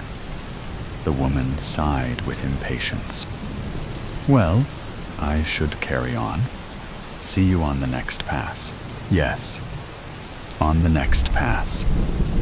Good day, sir. Their footsteps fade into the cavernous recesses of the facility to my right as I await the next set of footsteps. The waiting seemed to be the worst part of my plan so far. It gave my heart too much time to become anxious, so I tried to occupy my mind with thoughts of how the woman would berate the man if my actions were ever discovered, particularly if it became known that mere minutes after they'd passed, I'd made my move. A smile drifted across my face at the thought of it. She clearly had some type of authority over him, but I knew for certain it wasn't in rank. Perhaps it was in that same way that many women had authority over many men throughout all of time. The issues that my leaving will cause him, the erosion of his pathetic authority, brought a great joy to me that steeled my nerves for my next encounter. I heard the clicking of heels echoing in my ears, and I braced myself for another interrogation. This time, however, there was only a slight pause, and then hurried footsteps away down the hall. I heard a slight commotion and some raised voices, an uncommon occurrence that I hoped would resolve itself quickly. I strained to listen, to determine if this new development would derail my escape before it had even truly begun. It's not what you think. Please? I just needed... You needed what? It was the man who had just stopped and spoke to me. He must have backtracked and surprised the poor guy, who clearly had the same thoughts of freedom as me. Why did he choose to go now? The timing was way off for any chance of success. Pathetic fool. I cursed him under my breath, because now they'd be on high alert, if they weren't already. Back in your cell. You don't come out until we say you can come out. I thought that was clear, but please, tell me if I need to make it more so. Do you want me to do that? No, sir. That won't be necessary. I'll have to report this, you know? You brought this on yourself. Perhaps the officers will have mercy. But it's really out of my hands. The silence that followed must have been the poor soul's sad acceptance of his fate. Finally, I heard everyone continue on their way, and I listened for the steps that would signal the beginning of my mission. I said a quick prayer that my outcome would not be the same as the one I'd just witnessed while the third patrol made its way to me. "Hello in there," came the petite voice of a woman nearing 60 years old, if she was a day. She really couldn't prevent anyone from leaving on her own. But that was just as true of the others who passed by here. Their abilities relied completely on their willingness to report to those who could act. Dodging detection by these tattletales was the only path to a successful jailbreak. "Hello, ma'am," I replied back, hoping I concealed my utter disdain. Calling me ma'am is unnecessary, but even more, it is unwanted. You make me feel old. My apologies. Nice to see the sun out again, isn't it? She examined me as she asked the question. It was not small talk. She was searching me. Yes, it is. It's been a while. Hopefully, you'll get out to enjoy it. My heart rate began to rise slightly as I replied. Her eyes pierced into mine as I took slow, deliberate breaths to calm myself. I can't imagine I appeared nonchalant, but hopefully, at the very least, I wasn't giving away my intentions. "Well, I have a long day here, so it's hard to say," she said at last. My heart beat began to return to normal. "See you on the next pass." "Yes." on the next pass. "Good day, Ma." I caught myself before the word fully formed. "Good day, miss." She smiled at that, turned, and began to slowly walk toward my right, just as the others had. When I heard her steps turn the far corner and vanish, it was time for me to go. I stepped out slowly, looking both ways. The coast was clear, so I hurried to my left, careful not to break into a run, as the sound of my steps might give me away to someone I couldn't see. Around the corner to my right, there was a large desk and 2 chairs. I had discovered that this desk was only occupied 2 days a week. Today was not one of them, so I slipped behind it and waited. Now my heart was racing, but that was of no concern. If I was seen at this point, it was all over anyway. I only needed my nerves to stay intact enough to remember my plan. And if I'm being honest, the adrenaline would help my focus. This next part was crucial. I peeked under the desk and waited. Soon 8 sets of shoes appeared from the direction I needed to go. They would pass this desk and then break off in 2 separate directions, as they always did. I had never seen them, but I could hear them from my cell. If they saw me behind this desk, I was done for. It was the biggest risk to my plan that I was aware of. But they always seemed so engaged in chatting with each other that I felt like it was a risk worth taking. I tried making myself as small as I could and steadied my breathing. One glance in the wrong direction by any of these 8 sets of eyes could cost me everything. I closed my eyes and just listened. It sounded just like it always had. This group was all men. They were young and constantly spoke over each other, trying to one-up the last story, get a bigger laugh, be a bigger idiot. But their youth didn't make them any less dangerous. In fact, it was probably the opposite. They had more to gain by exposing someone like me trying to escape. Thankfully, they seemed to be their normal, obnoxious selves today.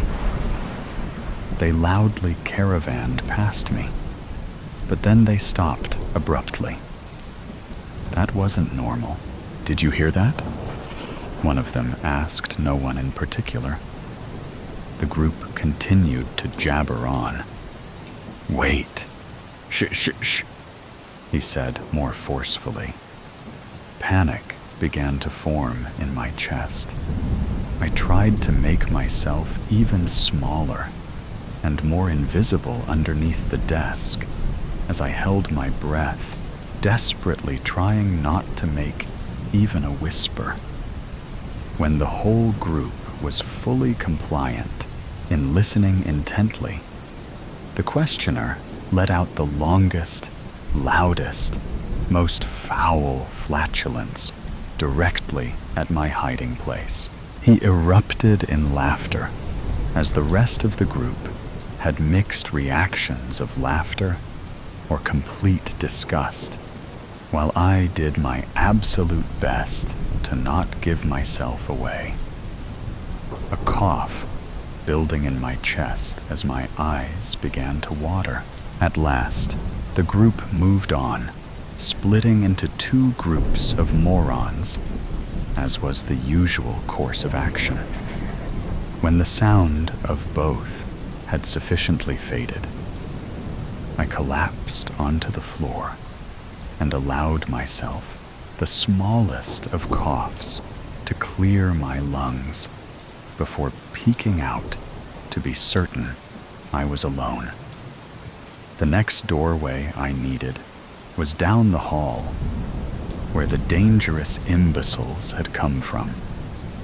Once I went through those doors, I was in foreign territory. I had no idea what the comings and goings would be like, so I'd have to maintain strict diligence of focus. Certain that no one could see me, I crept from my safe zone and stayed low and against the wall, heading to the next door. I put my ear against it and listened. Silence. I cracked it open and slowly entered the next room. To my left was a bank of elevators. To my right, a restroom. But the hallway was empty. I stepped into the open and was deciding on whether an elevator or the stairwell was riskier when I heard voices approaching the door at the far end.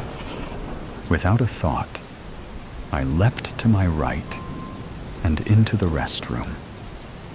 I pushed a stall door open, closed it quickly behind me, turned the lock, and climbed onto the toilet, using my hands to balance against the walls of the stall, formulating a plan of what to do in the event that the group followed me into the restroom became unnecessary, as I heard them pause outside of the door and briefly chat before moving away.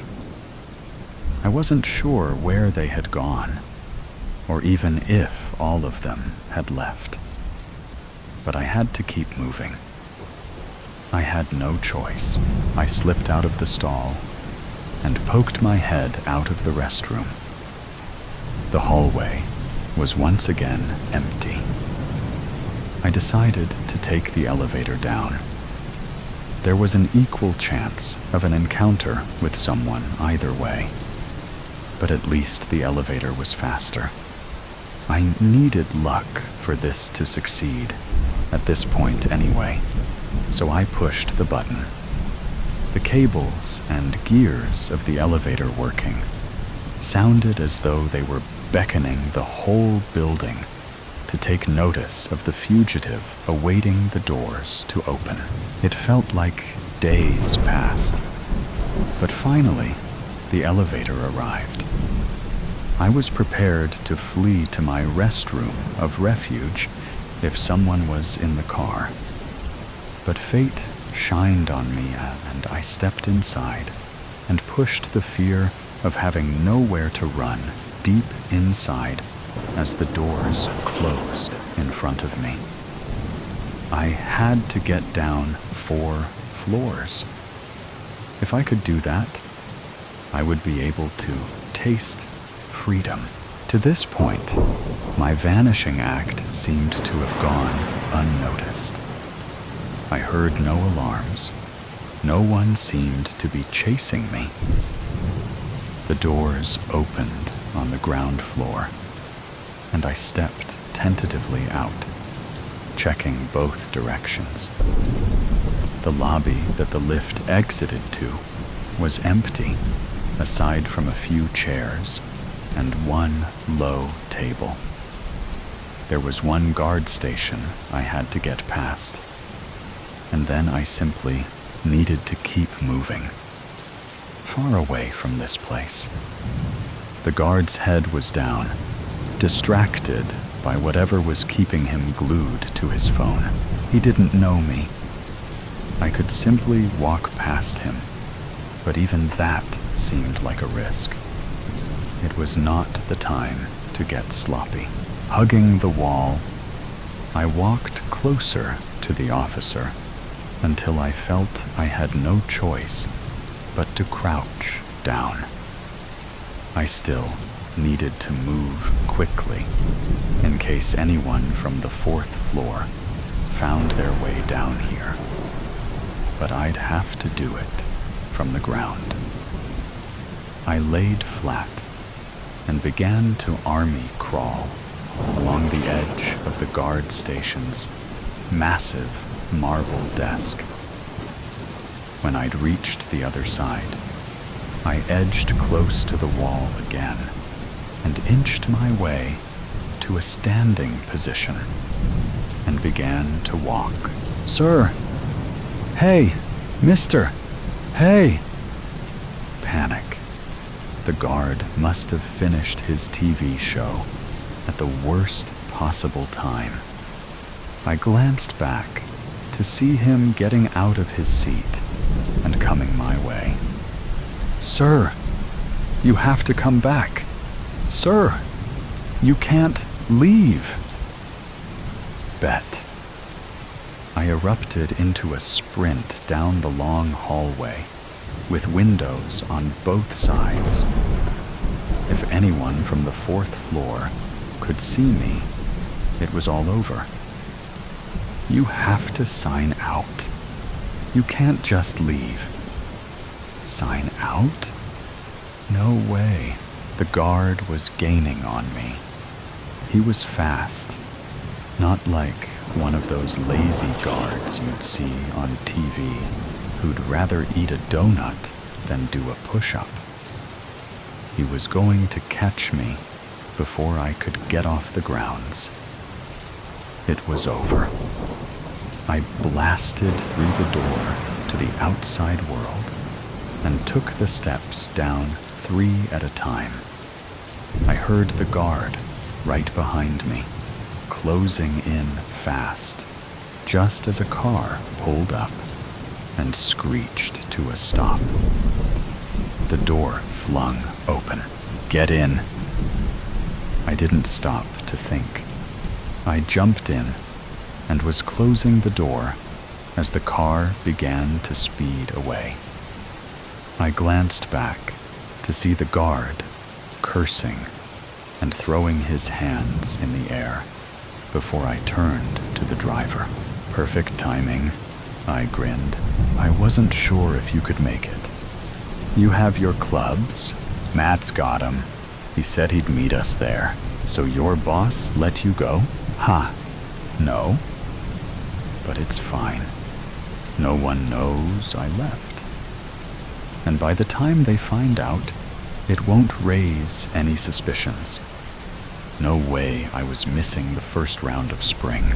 I knew it. I told them you'd make it. You just won me $20. Glad I could help you out. Buy me a beer at the turn. Now step on it. I want to putt a few before we have to tee off. Bloodlines." The first time I noticed something was off. I was 13. It was a school night, and I got out of bed late in the night to sneak a soda from the fridge. The house was silent, except for the low hum of the television in the living room. It was unusual for anyone to be up this late. My dad sat in his chair with the light off, watching the late news. The headline at the bottom read, "The Nightshade Killer Strikes Again. 15 victims confirmed." I watched silently for a moment while the reporter talked about a lack of clues and how the police seemed to be baffled. I remember the way my father's lip twitched as he sipped his whiskey, almost like a smirk. He noticed me standing in the doorway, and in a blink, his expression softened, becoming familiar and warm. "Hey, champ, can't sleep?" he asked as he muted the TV and rose from his seat. I told myself I had imagined the smirk. I must have. The encounter stirred memories of hearing my dad coming and going at late hours. How closed off he could be at times. and how he would sidestep Mom's. Questions of where he was going and who he was with when they fought behind closed doors, thinking I couldn't hear. He was hiding something. A few weeks later, they had a huge fight. Mom accused Dad of having an affair, which he denied. Mom and I ended up leaving for a few months that summer to stay with my grandparents. Dad eventually convinced Mom he was not having any affairs, that his problem was with gambling, and he was getting help. I'm not sure if Mom totally believed him, but we did move back home, and things did seem to get better. The late-night outings stopped, and the tension at home faded with time. Eventually, the memory faded too. The killings had stopped, and the Nightshade Killer became an urban legend, the subject of true crime, podcasts, and late-night horror stories kids told at sleepovers and on camping trips. The police moved the case onto the cold pile, and most thought he had died or been locked up for some other crime. Then, when I was in my late 20s, they found another body. The same victim type, the same ritualistic markings, and the same precision. The Nightshade Killer was back. That night, I visited my dad for dinner. As soon as I stepped into the house, I noticed something was off. The house seemed cleaner than usual. I could smell bleach in the air, thick enough to sting my nose. My dad was his usual self, calm and collected, always in control. He explained the smell away as a laundry mishap.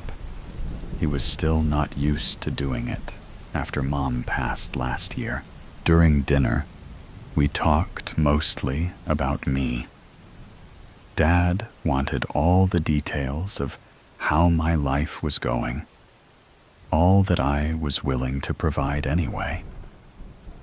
He asked about my work, life in general, and if I was seeing anyone yet. That is when I saw it.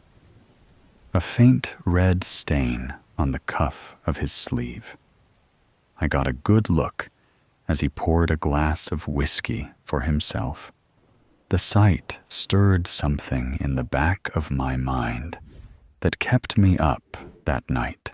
That stain wasn't wine. It wasn't ketchup. It was blood. I knew it was. I remember the smirk. I needed proof. Real proof. The next day, I used my spare key to let myself in while Dad was out. My hands shook and felt more nervous than I expected. Not at the prospect of getting caught, but of the possibility of what I might find. The smell of bleach wasn't as strong, but it was accompanied by something else now. Something almost metallic. I made my way through the house systematically until I got to the basement door. It was locked. I don't remember the basement ever being locked. Using a bobby pin and a skill I picked up as a rebellious teenager, I clumsily picked the lock. The metallic smell hit me as the door opened. My stomach twisted as I descended the stairs, and the fluorescent light flickered to life overhead. The air was damp and cool, and as I reached the bottom and turned the corner, I saw them. trophies. Photographs of women with terrified looks on their faces, and a date written on each one, neatly arranged on a workbench. Next to them, a stack of old newspaper clippings dating back to the first nightshade killings. In the far corner, a freezer with a padlock and a collection of knives laid out across the top, looking freshly cleaned. I didn't need to open the freezer. I already knew what I would find. A creak on the stairs made my blood run cold. "You shouldn't have come down here, champ." I turned slowly as Dad came around the stairs. His hands in his pockets, he watched me for a moment. His face showed no sign of fear at being found out, or anger that I had intruded. It was something more like patience, like he had been waiting for this moment my whole life. "It was you the entire time." My voice barely worked. I wanted to run and to throw up, but I couldn't move from that spot.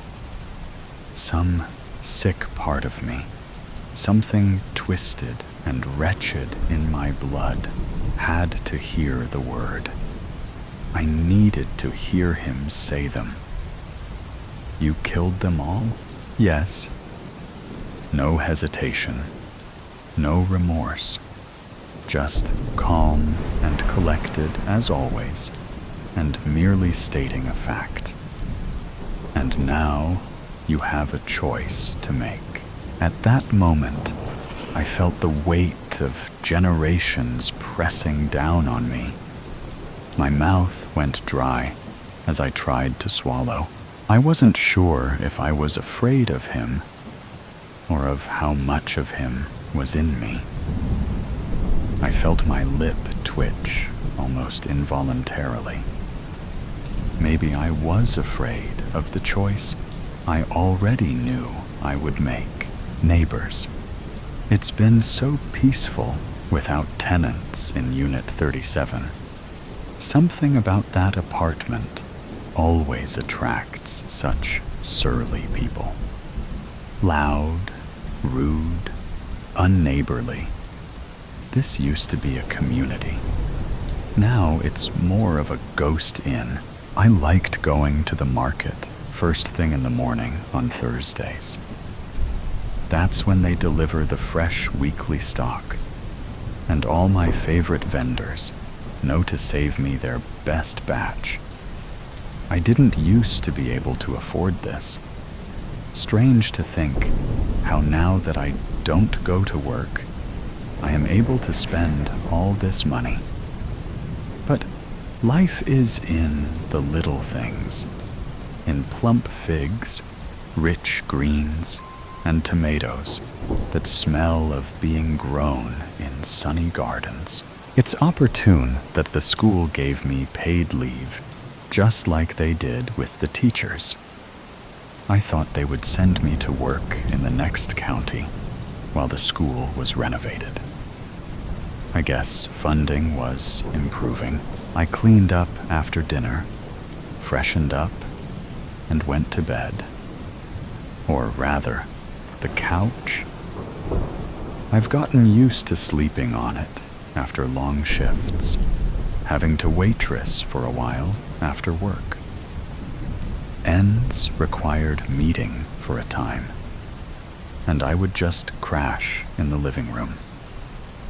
Nowadays, it's more comfortable than ever, like a warm cocoon, ready to wrap me up, safe and sound each night.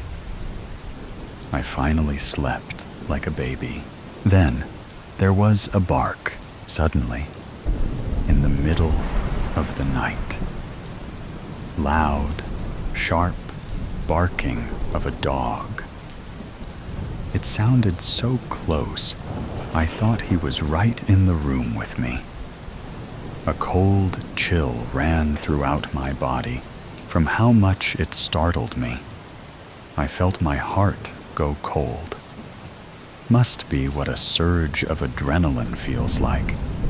I would have thought it would be a hot flash, but I felt frozen. Listening more carefully, I realized it was coming from Unit 37. I didn't see anybody move in. Why is there a dog? Am I hearing it wrong? Drowsiness was overtaking me again.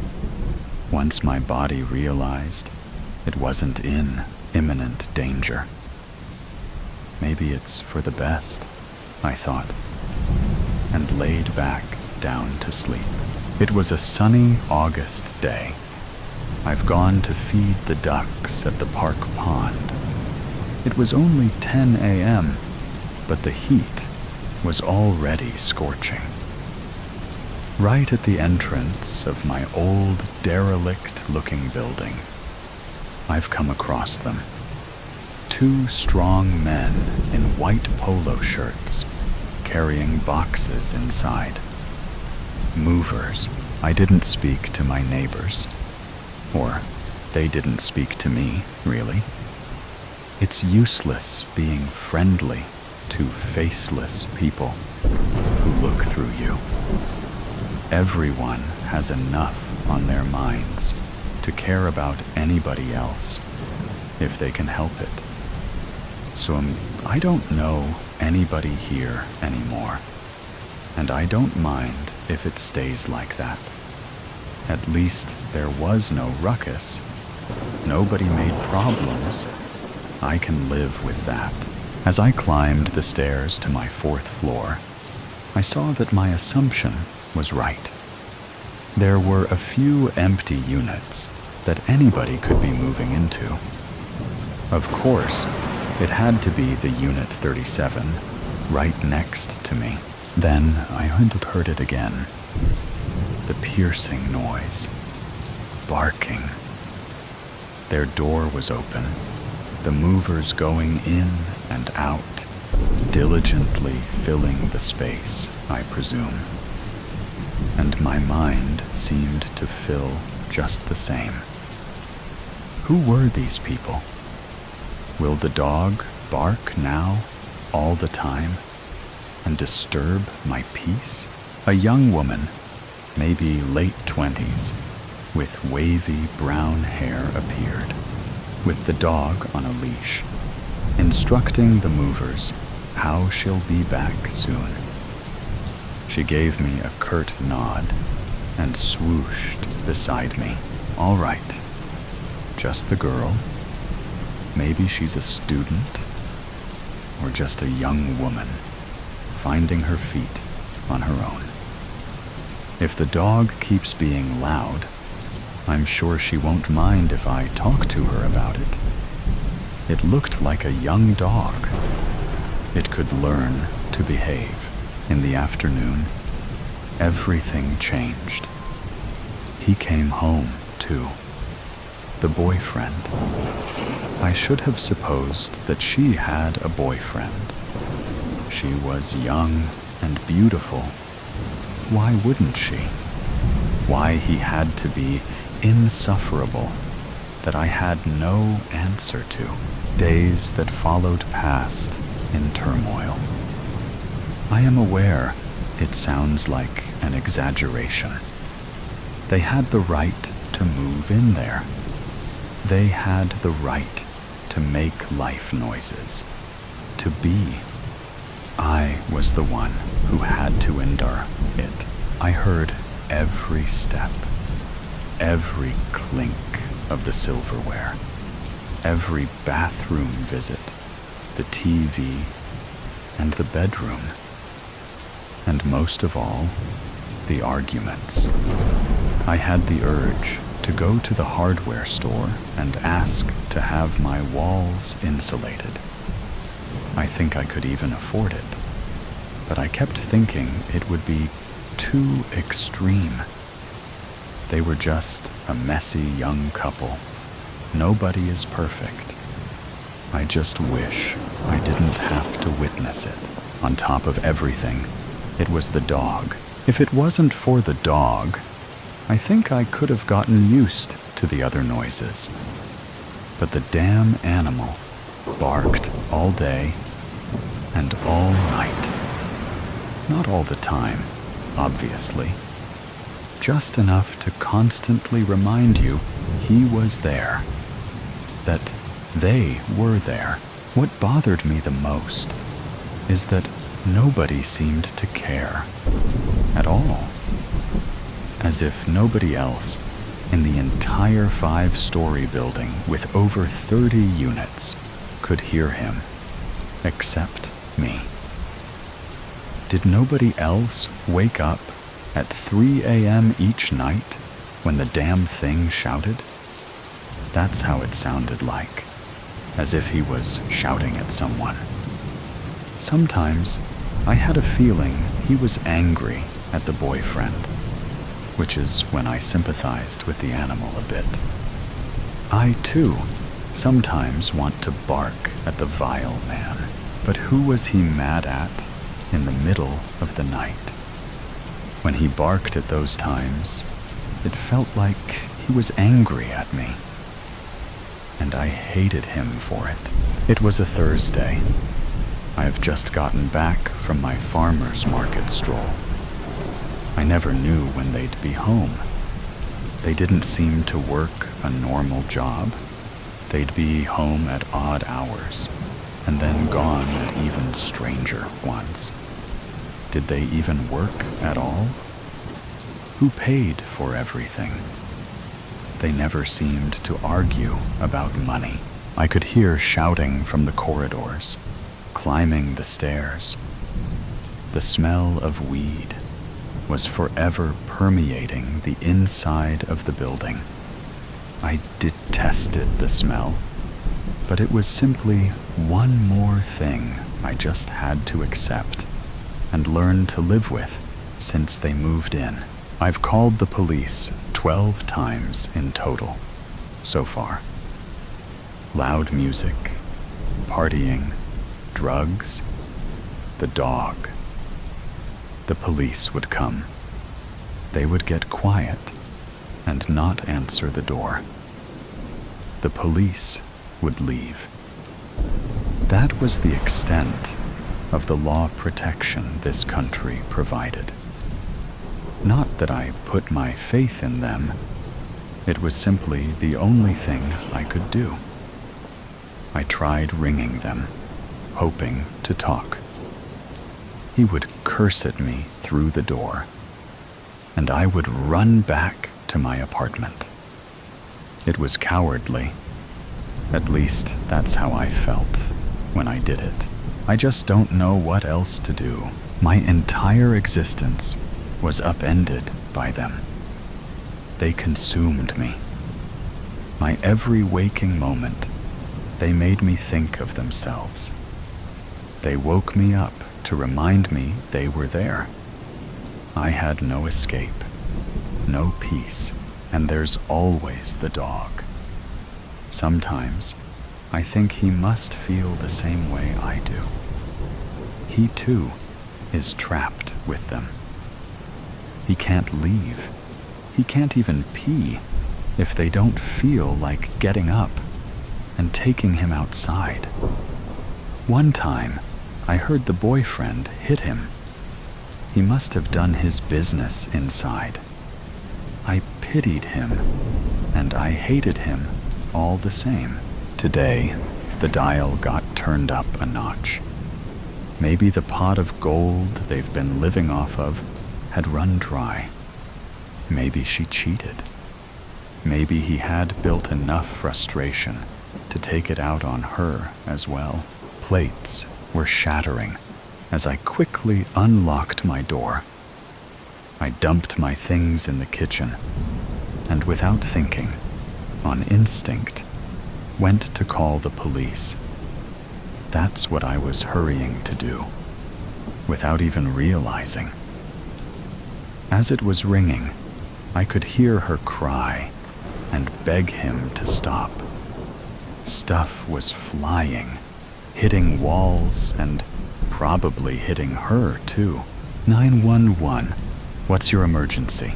Yes? Hello? I'm calling about my neighbors. Ah, Ms. Mizero. Is it the dog again? Excuse me? You are Miss Mizero at Fair Corner 11, correct? Yes. I have you on record here. You have issues with your neighbors. So I only asked if it was the dog again. Isn't that neat? No, it is not the dog. Well, it's the human dog, that bastard of hers. He's beating her. I can hear it through the wall. He's hurting her. There's stuff flying all right, ma'am. We'll send someone over to check on the situation.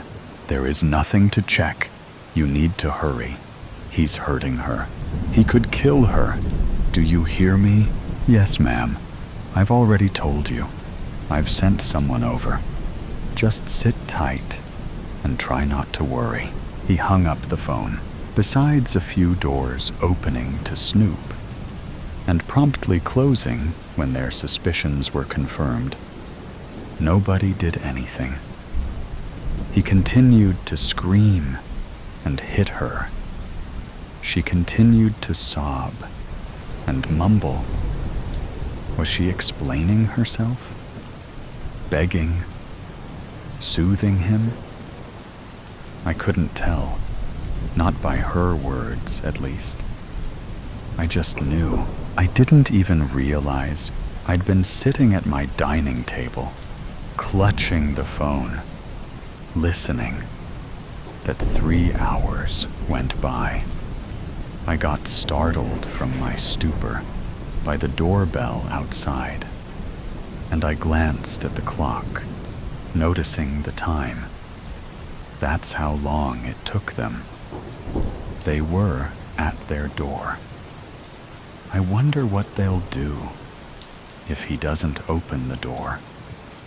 Will they just walk away like they did all the other times? The lock clicked a few times, and I could hear her voice. I knew it to be hoarse, but to a stranger, she sounded normal, chirpy even. Sorry to bother you, miss. We had a complaint from a neighbor. They heard some shouting. It seemed like they were worried for your safety. Is everything all right? Really? Oh my. Well, I'm fine. I don't know what it could be. Oh my God. Yes. Oh no. I feel so bad. It's probably the dog. My boyfriend came home. He was away for a few days, and Loki got a little too excited. He's been jumping all over the place. So the dog was making the noise? Yes. Oh my God. Yes. I just remembered. He knocked over this vase right when Danny came home. Right, babe?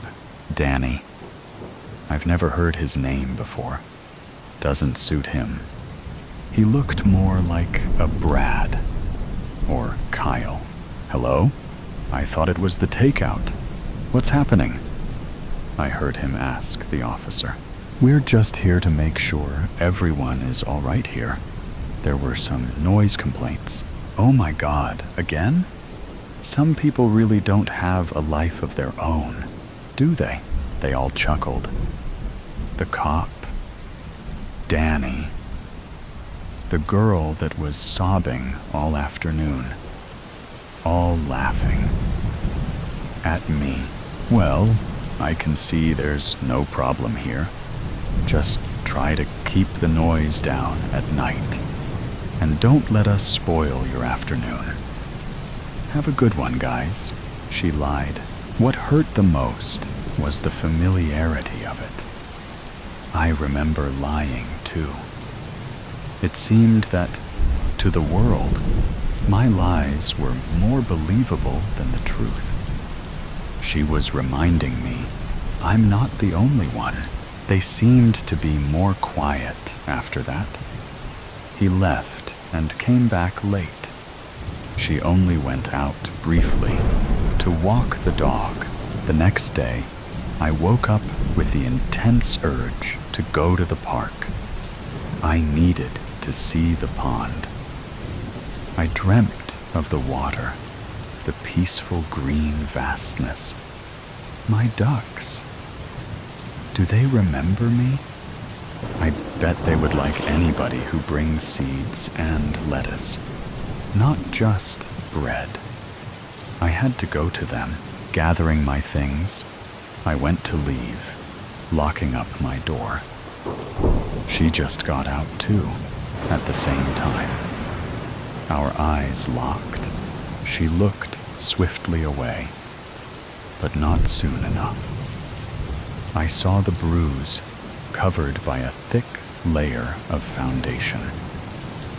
It was so ridiculously obvious, it made me think, did people really not see? Or did the covering up signal to them, it's okay, I want you to not care. I want you to not ask me about it. Look away. I couldn't look away, because I now knew. I was sure that cop knew too. Hello? Oh, hi, she answered reluctantly. Off for a walk? Yes. Sorry, by the way. Loki barks at night. I know. I can't get him to be quiet. He notices the pigeons sleeping on the ledges of windows and goes bonkers. Yes, we can talk about the dog, but we can't talk about the man. I'm going to the pond. I feed the ducks sometimes. Would you like to come with me? Oh, that's so sweet. But no, sadly, as I said, Loki only sees birds as snacks. She looked like a girl when she smiled. I see. I could come to tea later. If you're not busy, I'd be delighted. I remembered I had no tea at home. So instead of the pond, I went to the store to get some. The ducks can wait. I made them no promises.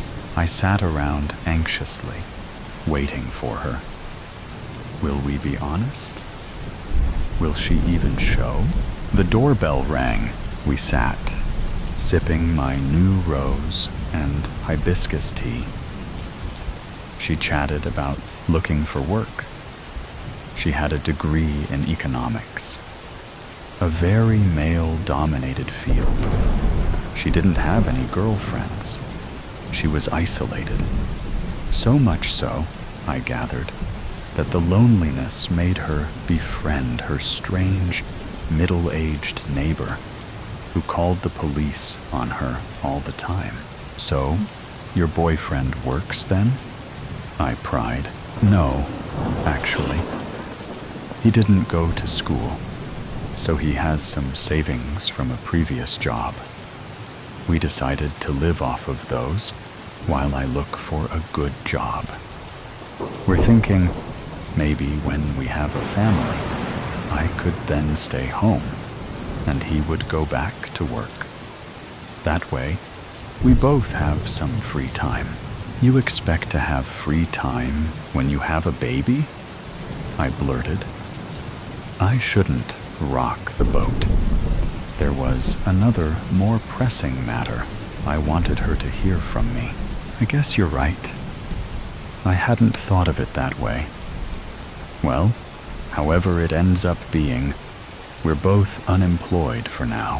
Why isn't he looking for a job, then? Same as you. I told you. He wants to have some free time while he can, to find himself. He did work his butt off for 4 years, you know. He earned it. Do you think he earned the right to do that, too? She instinctively covered up her cheek with her hand. You see it? Anyone with a pair of eyes can see it. He's not always like that, you know. He's actually really loving. And funny. He hits you. She paused. Yes, you know you need to leave him. I can't. He pays the rent. You'll find a job. You don't need him. I can't. I held her hand in mine. She jolted at my touch, yanking her hand away, with tears in her eyes, looking almost scared. I'm sorry. I don't mean to upset you. She just stared at me with a strange expression. I know I shouldn't be saying things like that. You don't know me, and you don't need advice from a woman you just met. Why are your hands so cold? It's so warm in here. My hands? I was perplexed by her question. That's what she's focusing on now? The temperature of my hands? The souk stared to bark from the inside of her apartment. She sighed. I should go. I think I even left the window open. One of these days, he'll actually catch a pigeon or something. Our discussion now completely deflected to unimportant matters. Once again, I had to let it go. All right. Tell Loki I said he needs to be a good boy. I will. The boyfriend must have come home, and the dog got out of their apartment. Before he could catch him, he ran inside my own as she went to leave. Loki, come back. They both went after him. Loki made a straight line for the door of my bedroom, barking insistently and pawing at the doorknob. They almost dragged him away when he made the final jump, opened it, and nosed his way in. He barked and barked and barked. I felt like it lasted for hours. I just kept watching the two, standing at the wide open double door, not turning to me, not calming down the dog. They just stood and stared. I walked slowly closer, with each step being more certain of what I'll find. Peace overcame me. Relief. Joy. I cackled. Full chest, lungs, and heart cackle. It was real. It was. It happened. I did it. They jolted at the sudden noise, finally turning to me. What did you do? She stuttered. The two blackened, withered figures could be seen on the once pristine bed. The one on the right wore my favorite outfit, my green dress, and my mother's dragonfly brooch. Loki, no doubt, found his kindred, too, by the closet. I did what I had to do. Finally, for a time, I got to be free. Tears escaped her eyes. I'm so glad I got to meet you in the end, I told her. I took my bag.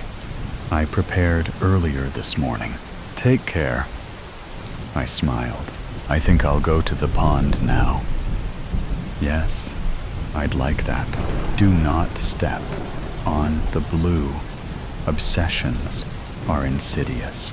They take root in the mind like a silent poison, creeping into every thought and distorting our perception of reality. They tug at us like an unseen current, pulling us away from the shore of reason, dragging us into dark waters where escape becomes a distant memory. Slowly, they drive us toward reckless decisions, choices that harm not only ourselves, but ripple outward, touching everyone we care about. Norman Sykes walked the coastal road, the sea stretching endlessly beside him. The soft murmur of the waves was a lullaby, hypnotic and soothing. As he passed a weathered sign, something stopped him. He took a few steps back, brushed a stray lock of hair from his eyes, and read it again. "Do not step on the blue." That's odd. It usually says, "Do not step on the grass," he murmured, his voice barely above a whisper. His gaze wandered instinctively toward the sea. Countless tangerine peels floated aimlessly on the surface, moving in lazy, slow circles. His breath caught. Then he woke with a jolt, his heart thudding violently in his chest. The same dream. Again, at 50, Norman had spent much of his life trapped in the clutches of obsession. He twisted door locks over and over, checking them again and again until certainty, that cruel illusion of control, settled in. There were mornings when he turned back mid-commute to ensure he hadn't left something behind, arriving late to work, to appointments, perpetually out of sync. But none of his compulsions held the weight of this fixation that had sprouted from a dream.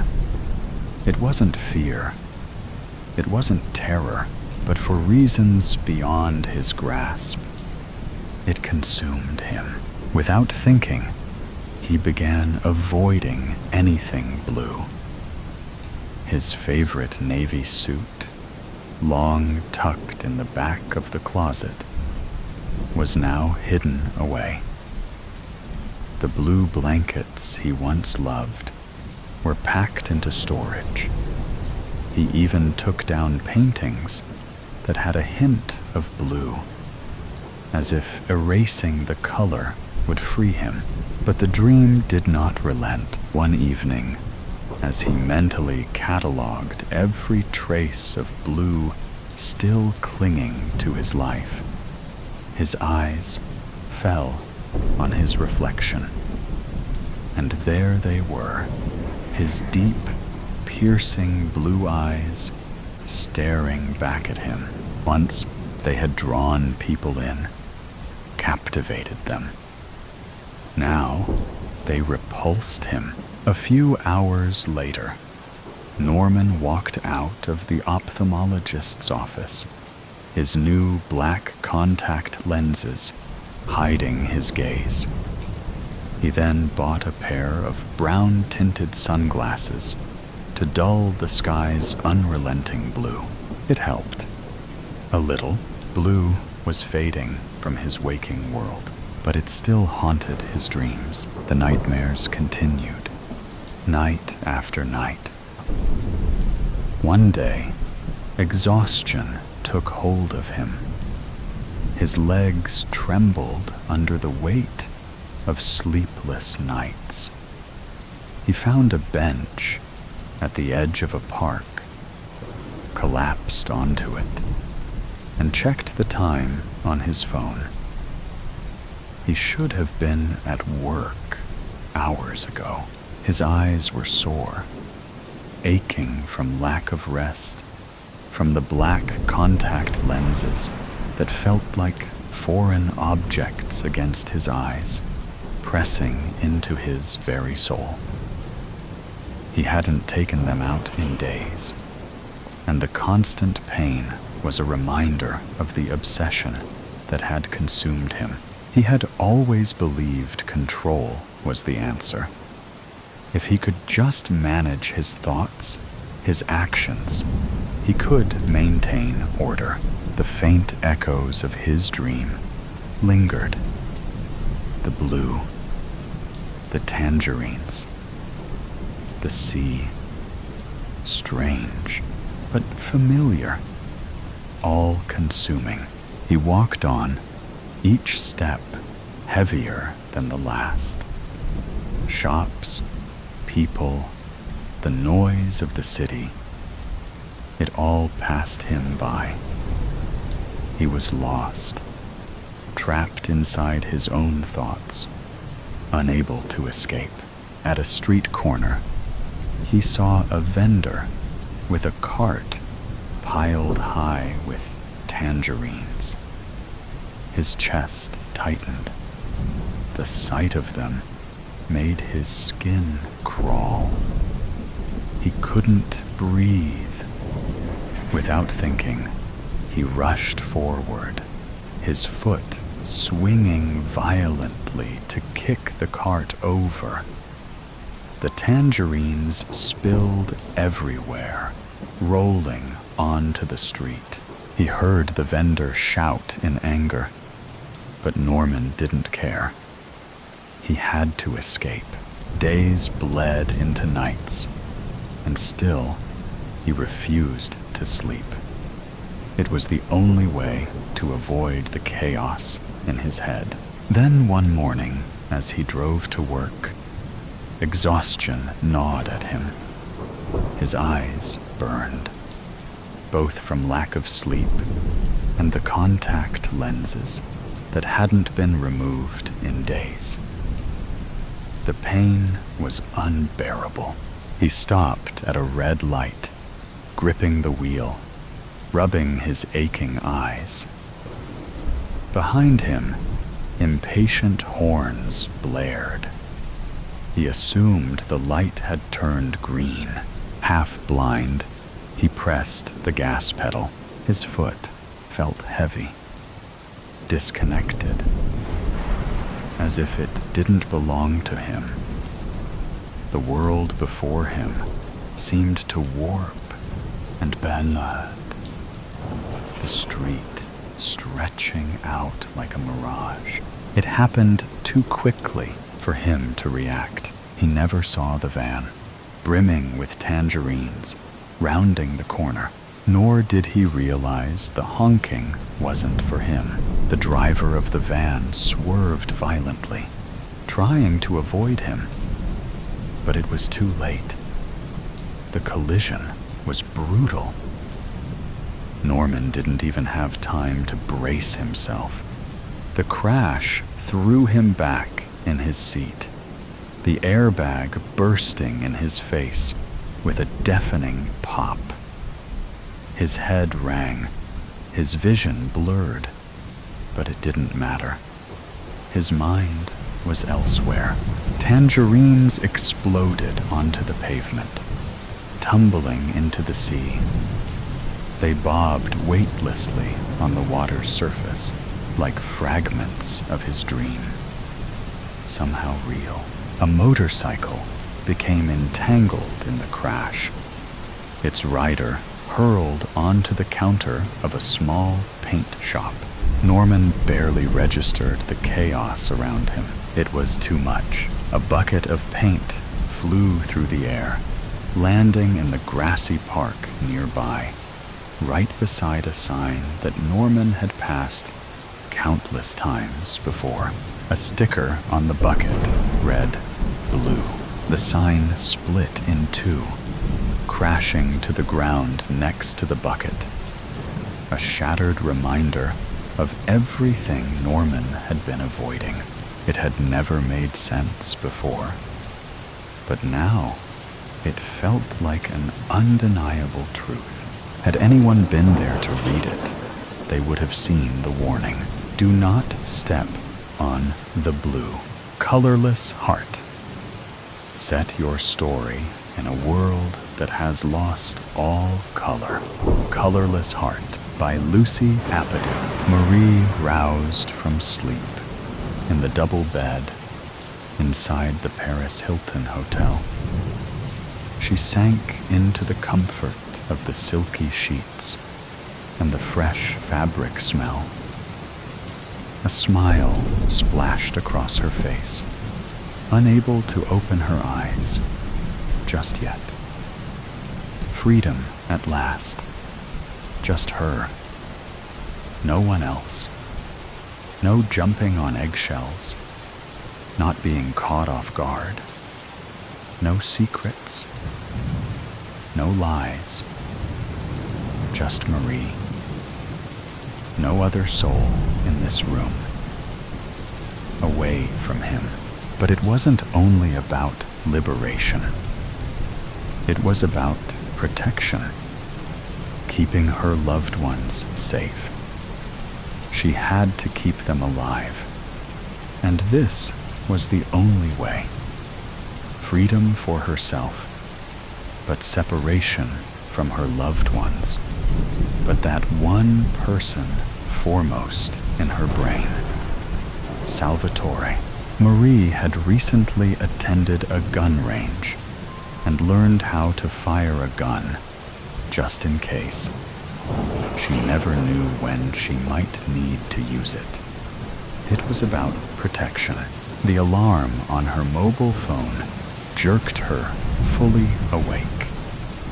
A yawn filtered through as she slowly opened her eyes and spotted her phone on the dull black bedside table that had been brown yesterday.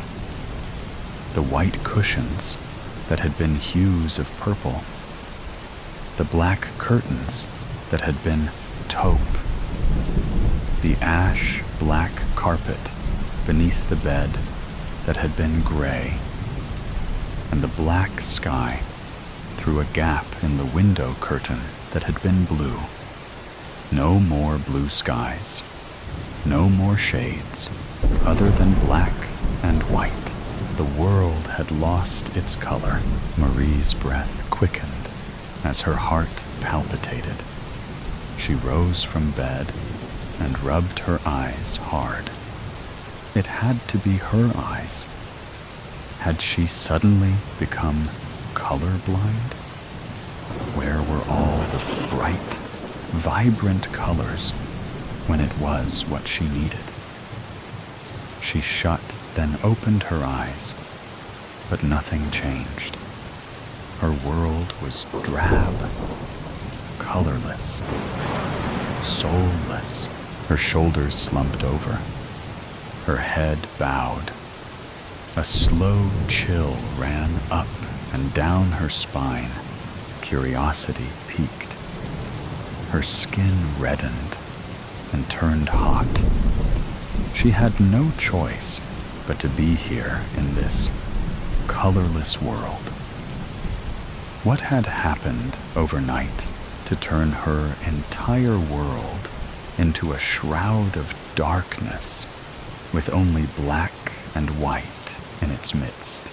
Then Marie wandered outside the hotel, lost in a world where she knew no one.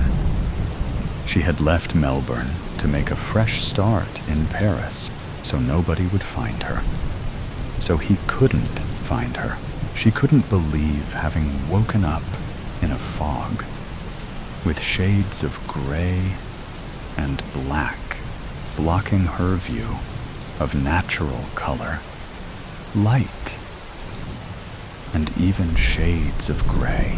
A bench with a view of the River Seine looked inviting as she made her way over, put her bag down, and stared at the calm ripples, with a view of the majestic Eiffel Tower, sailing boats anchored in the water, bunched up trees, and riders swinging their arms inside canoes.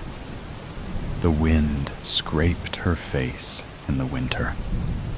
Nothing but black and white.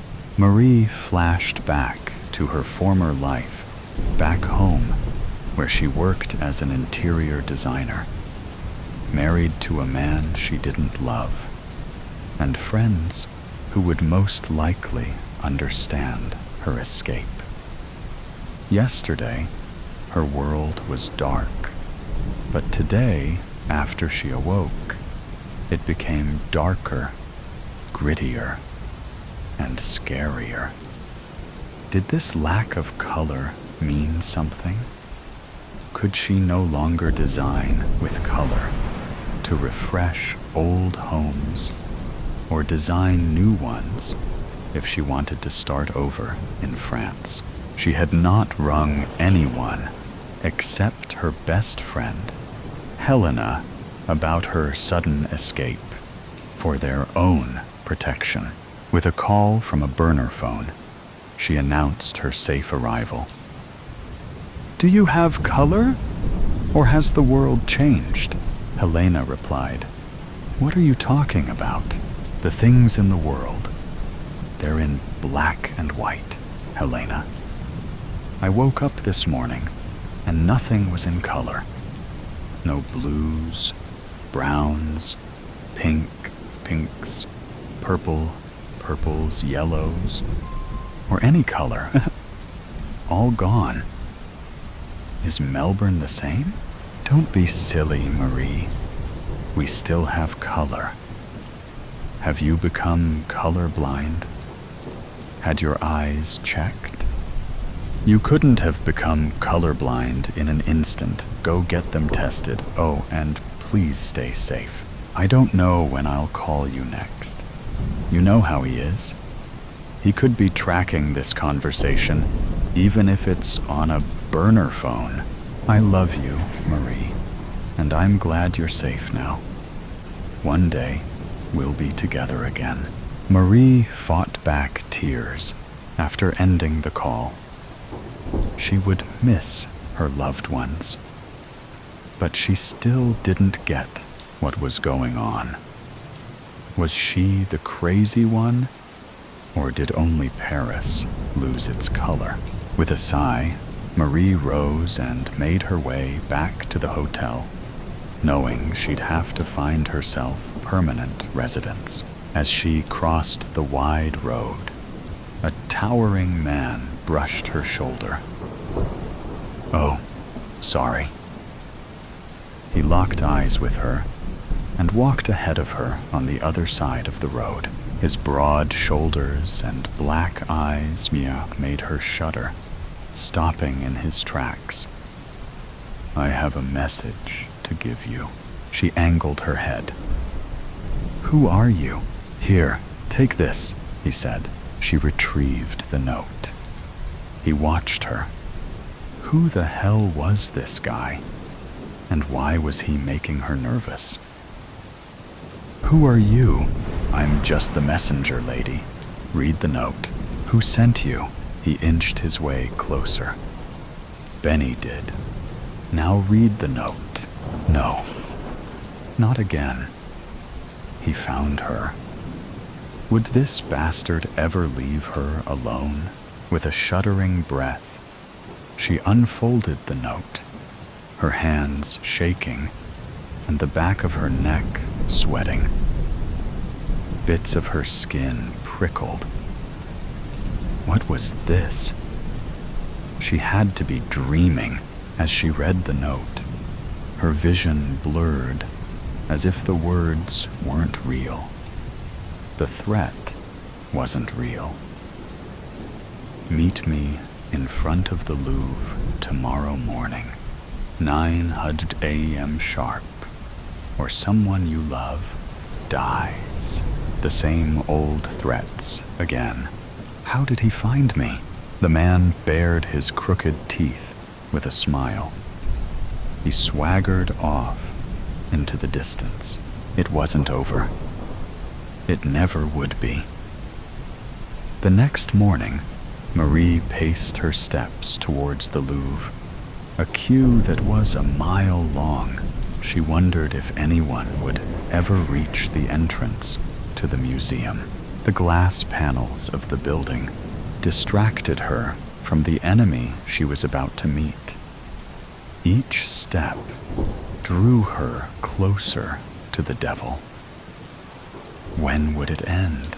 Her breath hitched as she stepped on uneven ground, razor-sharp pain cutting into her lower back as she fought the gust of frozen wind. She had to free herself, but how? He would always find her, threaten her, obsess over her, and abuse her. She'd been abused for 3 torturous years. Storm clouds brewed when Marie drew closer to the swarms of people. It was almost 9 o'clock, and passers-by stared at her as if she as an alien. Was it obvious she was heading towards her death chamber, to her dreaded foe? A cold caress at the back of her neck made her freeze in her spot. She turned. It was him, Benny. In all his wealthy glamour, the bastard wore a black tie, black buttoned-up suit jacket over a black cashmere jumper, with black pleated pants over Italian leather shoes. He smelled rich. "Follow me," he said, as he prodded her towards an unknown destination. They walked in silence as his intermittent glares unnerved her. The squeeze of his arm draped through hers, leaving bruises, but she said nothing. His pinch at the back of her neck made her flinch, but she said nothing. The push and pull of her hair strands made her want to cry out, but she didn't. Hidden pain to display her fake strength. When, finally, she sat down outside the cafe with its outdoor setting, he ordered hot drinks and croissants. No one does what you did and gets away with it. She swallowed, her lip trembling, as she stared past him. "Please don't hurt him," he chuckled and threw his head back, his stained white teeth prominent. Flicking a cigarette over an ashtray, he tilted his head. "You're lucky I love you, Marie. If I didn't love you, you'd be dead by now. But you ever try something like this again, and I won't hesitate to slash your throat. Feed your decrepit body to the fish in the Seine River. Got that?" She nodded, a black spot clouding her vision. Puffs of smoke floated towards her and made her cough. Not that he cared. He was a narcissist. He retrieved his phone. "Watch this. No, I mean business, Marie. I don't blow damn smoke up my arse." She gripped the phone and saw him, tied up to a chair, gagged, beaten, tortured. 2 black eyes, bruising across his cheek, haggard, frail, head hanging down low as if giving up. "No, don't give up, my love. Never give up." A gasp of air grounded her. Rattling teeth must have made her look scared in front of him. "Is he all right?" he scoffed. "That depends on you. You put 1 foot wrong. Leave me again, and he dies. Only when we're safely back home, he'll be released." The waiter returned with the croissants and hot coffees. "Sorry about the croissants. They're a little overcooked, but these are more their natural yellow." Marie winced. "But those croissants are black, not yellow." He waved a hand. "Don't mind her. She's the constant joker. But no worries. We'll have them as they are." The waiter nodded. "Black, you say?" Benny glared. "Leave us." The waiter walked off with a curious gaze. He turned to her. "What is wrong with you? Can't you see the color of the food?" How could he not see what she was seeing? What was wrong with her? "No, everything is black and white. I don't see color anymore." He laughed. "Are you telling me you see the brown coffees, the blue ashtray, the beige tablecloth, my red tie, my dashing blue eyes?" Her heart missed a beat as she gritted her teeth. "No, I lost sight of color this morning. I woke up like this. Everything is black and white." "Interesting," he said. Marie looked past him and spotted the man she'd seen earlier. The one who had given her the note. He was standing by a lamppost, sculling a bottle of beer. Why was he around? He must have been Benny's bodyguard, in case she made a run for it. Marie and Benny stepped inside her hotel room. He pushed her towards the wardrobe. "Start packing. Our flight leaves in a few hours." "Okay then." She pushed aside her floating tears and steeled herself by pulling out her suitcase from underneath the bed, unzipping it. As if in a surreal world, she pulled clothing off hangers and threw them into the suitcase. She was going back to her prison, away from the love of her life. If only she had been stronger a few years ago, when he had framed her ex-boyfriend, Salvatore, for murder, just so he could be free from prison. She was forced to marry him.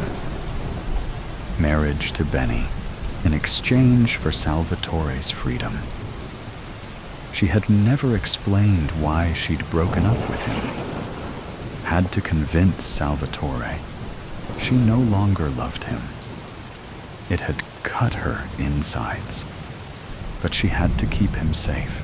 Salvatore had not given up on her and found ways for them to meet secretly.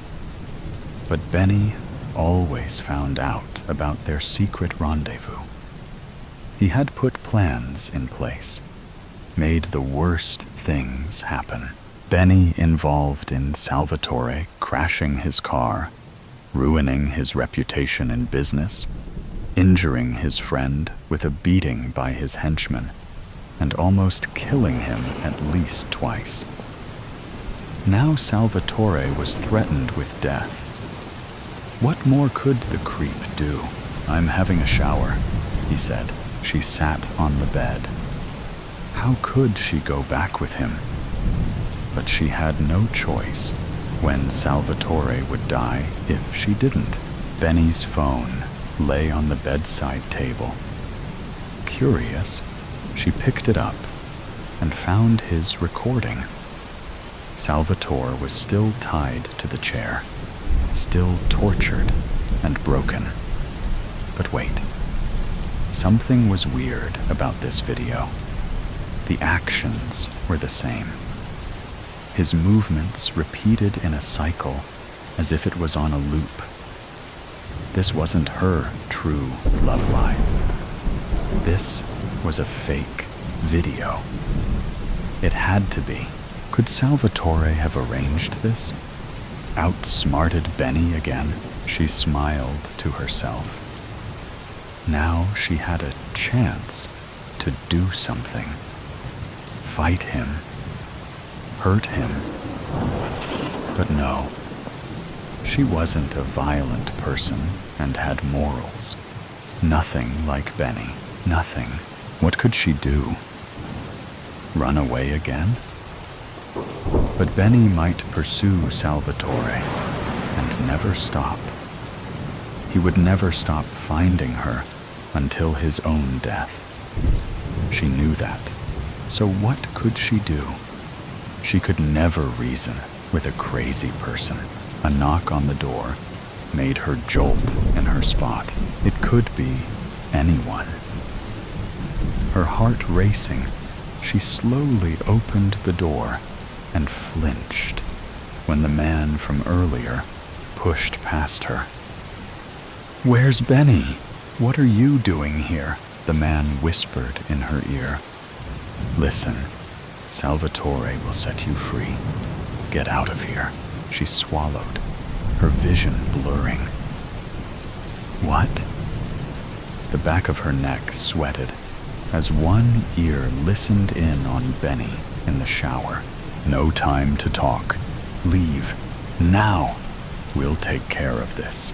She was right. It was a fake recording. He'd escaped. Where is he? The man swung the gun in his hand, scanning past her. "He's closer than you think. Go now." Her heart soared, and a spot of color flashed in her vision, but only fleetingly. It turned black and white again. What in hell is going on here? Benny grasped something from his back pocket. "Why are you here?"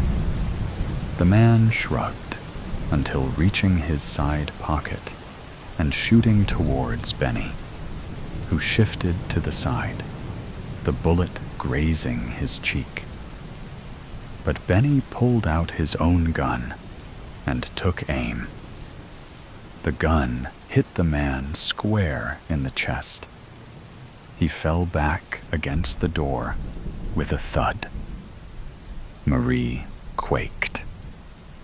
It was over. No love, no freedom. You will never leave me. Never, Marie. Get that. Nobody will ever take you away from me. Grab your things. Hurry up.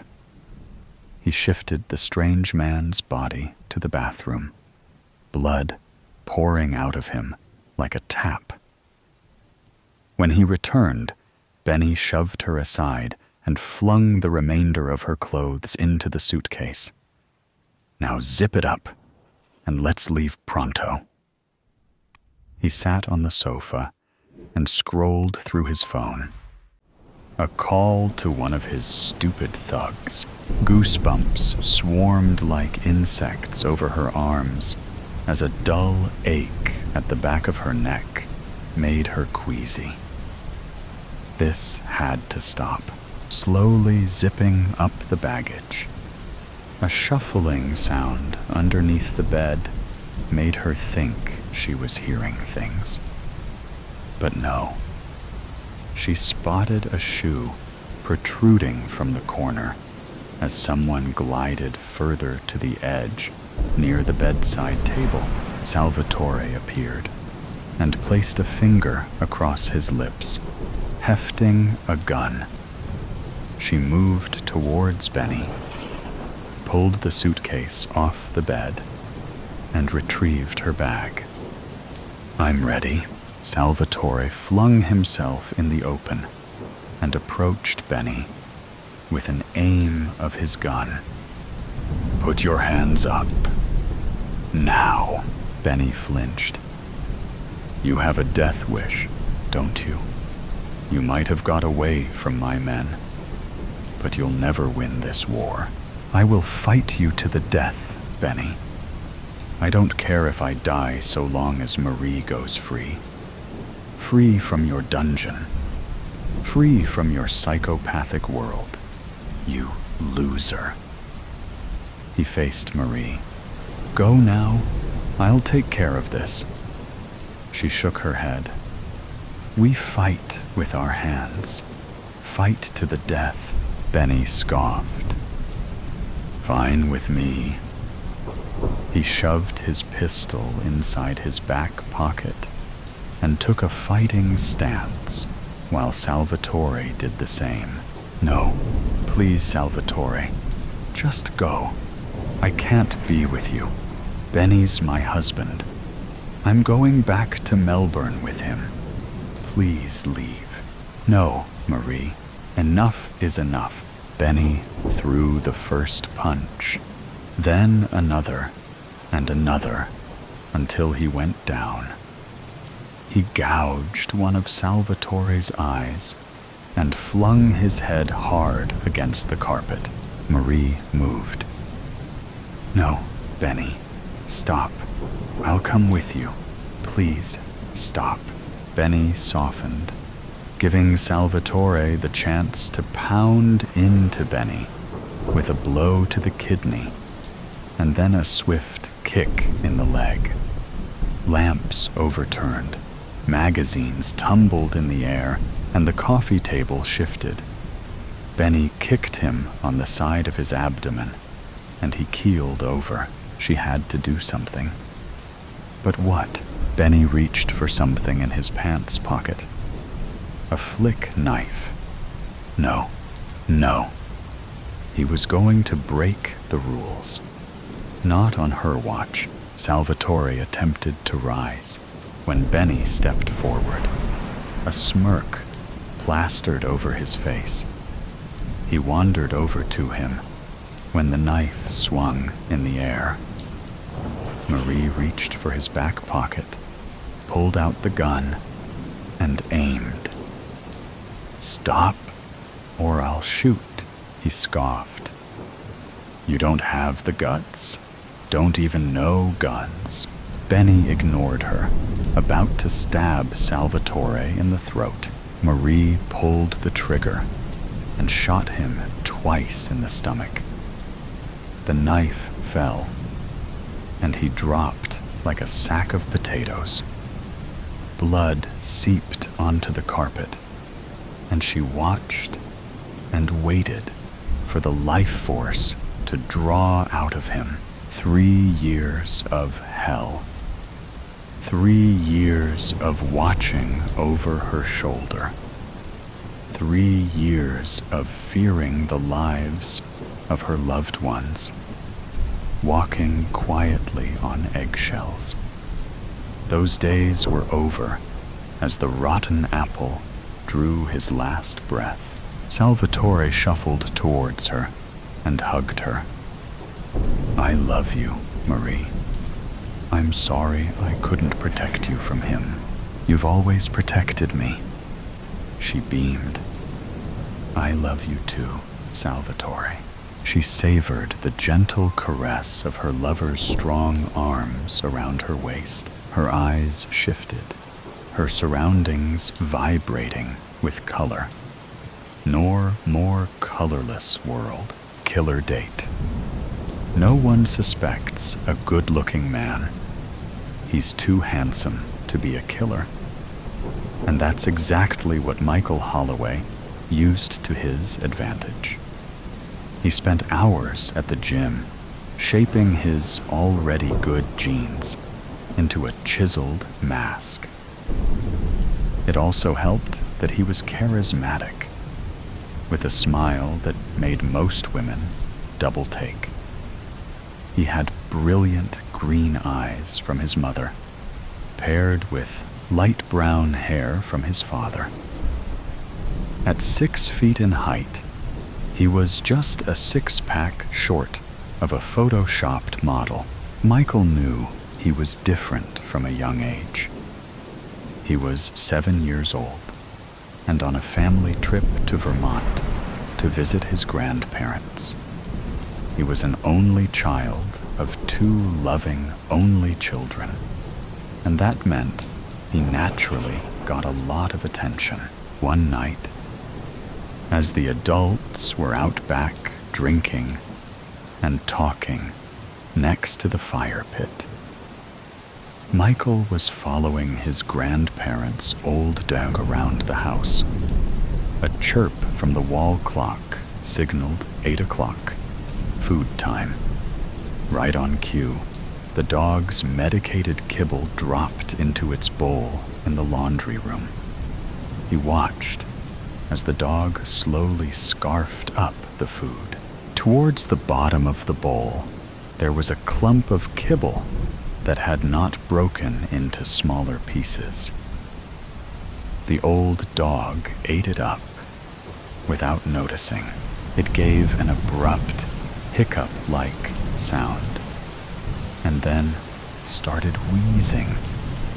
Michael jumped back at first, but watched intently as the dog struggled to breathe. The hard clump of kibble blocked its windpipe. He did nothing as the dog walked around, not knowing what to do and unable to get air. It moved toward the doorway, but Michael stood up and closed the door. The dog looked up at him, its foggy eyes not comprehending what was going on. Michael waited until the dog collapsed. He brushed its soft fur gently until its pulse was gone.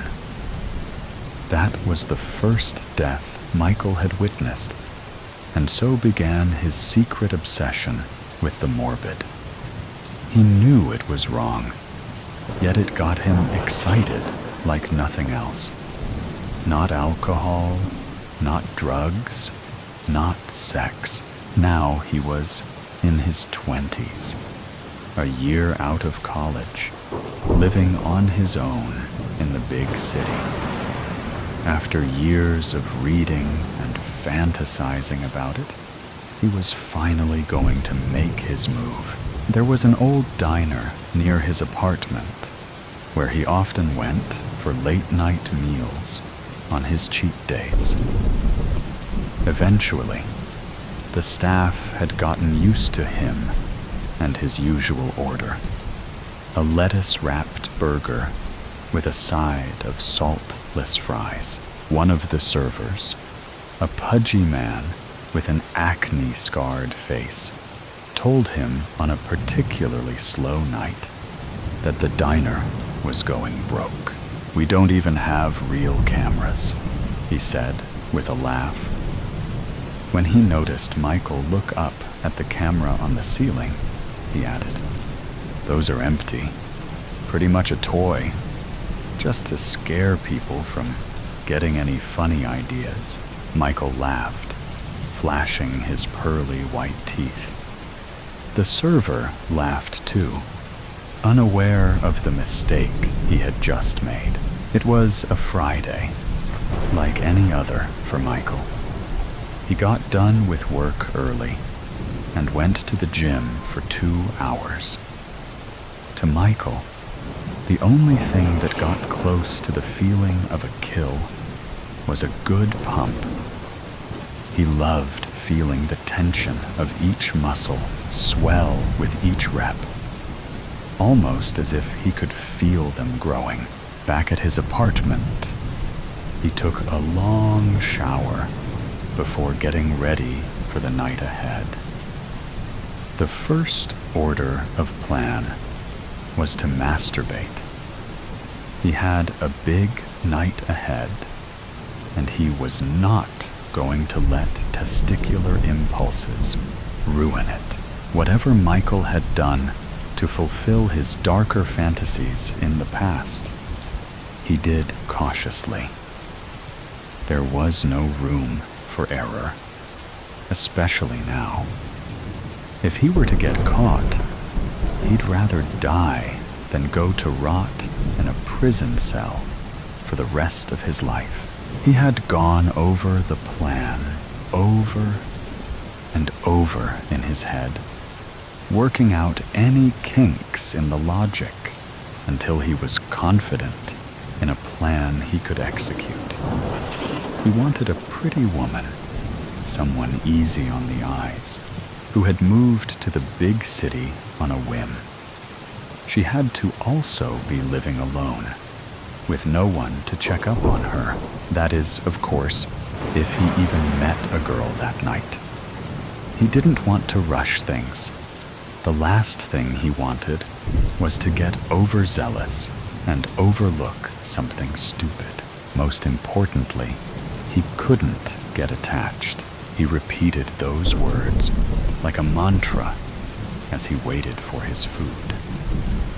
The bell on the door dinged him out of his head. That's when he saw her.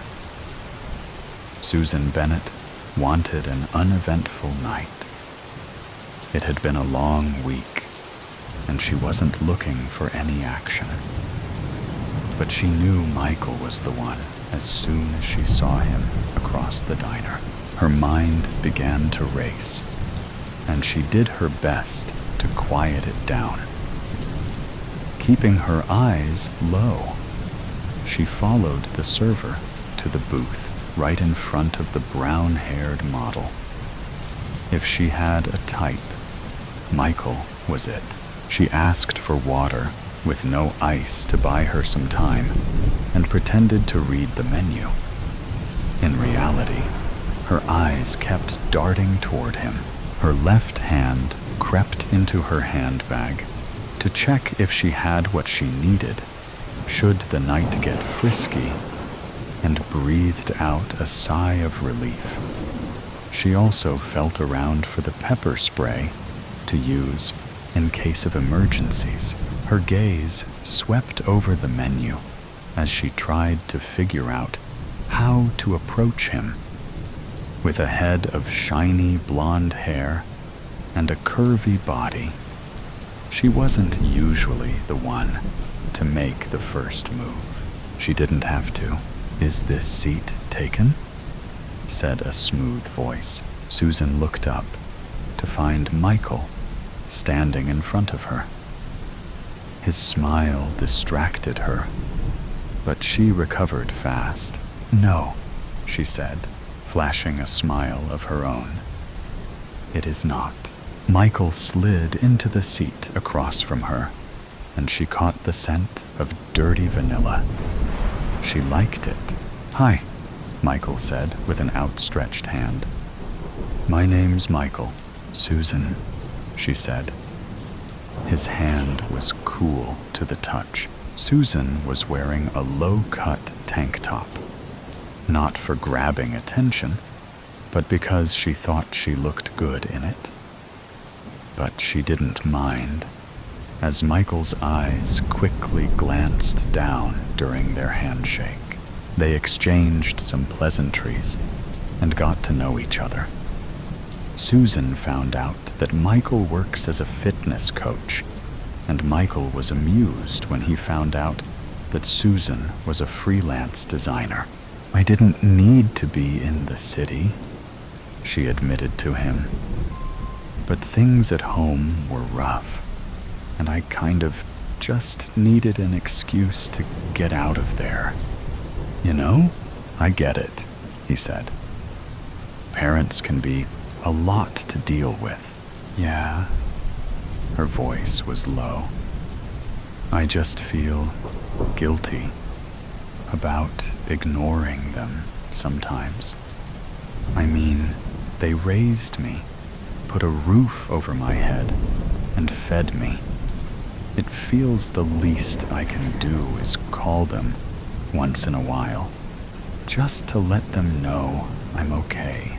Michael sat back and studied her face. It was beautiful, with the sharp features of her nose and jaw accenting the curves of her cheeks and lips. When I was in college, I took a philosophy class with a pretty eccentric professor. One of the exercises he loved to do was hand out cards with random topics on them and encourage you to debate from that point of view. One day, I got a card that said, "Parents don't deserve anything from their children." Now, I don't think anything is quite that cut and dry, but for the sake of the exercise, I went with it. Susan sipped at her water as Michael went on. The point starts with a sort of analogy. Take your phone, for example. The person, or more likely, people, who made that phone will never use it. In fact, they make it knowing that it's not for them. There was a demand, and they were meeting it. It is a societal role that they choose. My argument was that it was the same for a human. There is a demand, an ecological need to reproduce, to keep the species alive. A person who chooses to have a baby is, in effect, meeting the market demand. To expect something back, monetarily or otherwise, once your job of raising that child is done, is not part of the contract. Michael sat back with a deep breath. Of course, there are holes in that argument, as my classmates pointed out, but you get the gist. Susan watched Michael as he got a sip of his own drink. An iced tea lemonade. "Switched tables, I see," said the server, sliding a lettuce-wrapped burger in front of him. "Here's your order, Michael." "Thanks, Brittany," Michael said. He looked back at Susan to find her smiling at him.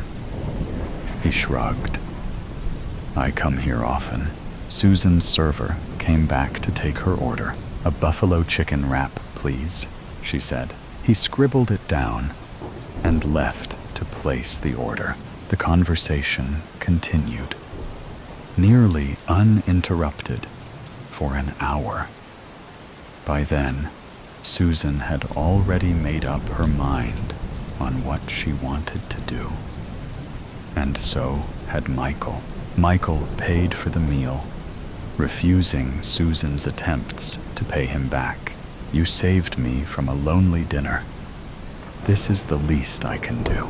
The city air was cool, and it gave them an excuse to move closer to each other as they walked. Michael said, with calculated hesitation. "I apologize if it's too soon, but my apartment is a block away. I was thinking maybe we could go up for a couple of drinks. Hang out?" Susan felt like it was her lucky day. "That sounds nice," she answered. "If we cut across this alley, we'll be there in 5 minutes." He paused and then added, "If you're okay with that." She said she didn't mind, and they turned into the alley that led to the back of Michael's apartment building. It was quiet inside the halls, and they shook the chill out of their bones. "I live on the 6th floor. We can go wait for the elevator, or we can just take the stairs here. I can't disappoint Mr. Health Coach now, can I?" "Stairs it is," Michael said, holding the door open for her. Things were going better than he could have hoped, and he did his best not to let his anticipation show. However, as they walked up the stairs, one thing began to bug him. A nagging voice in the back of his head that asked one simple question. "Do you love her?" He told himself to not get attached and pulled out the door to the 6th floor. "It's the second door on the right, 607. The hallway was empty, and there were no cameras in the stairwell. No one knew that she was there." Michael opened the door to his apartment and let her step inside first. He had lit a candle while he got ready, and though it had been nearly 2 hours since it was out, the fragrance still hung in the air. "This is a nice place," Susan said.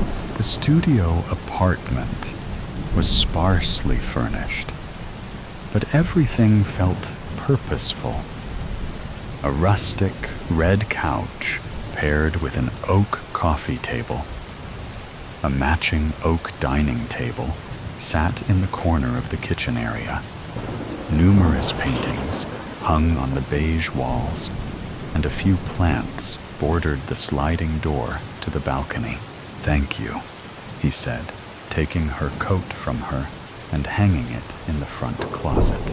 He brushed his hair out of his way and smiled to himself. She was here. Everything he wanted. He took a second to admire her a distance as she looked at his record collection. "So, what would you like to drink?" he asked. She said. "Anything strong? Like a whiskey?" Michael knelt down and picked up a bottle of aged Kentucky bourbon. "Will this do?" "Works for me." Michael took out 2 glasses and dropped in 2 thick blocks of ice. "This a sweet collection you got here," Susan said. "Do you mind if I play one?" "Go right ahead." The records were alphabetically ordered, and Susan slid her finger along the slide until she made it to Kind of Blue.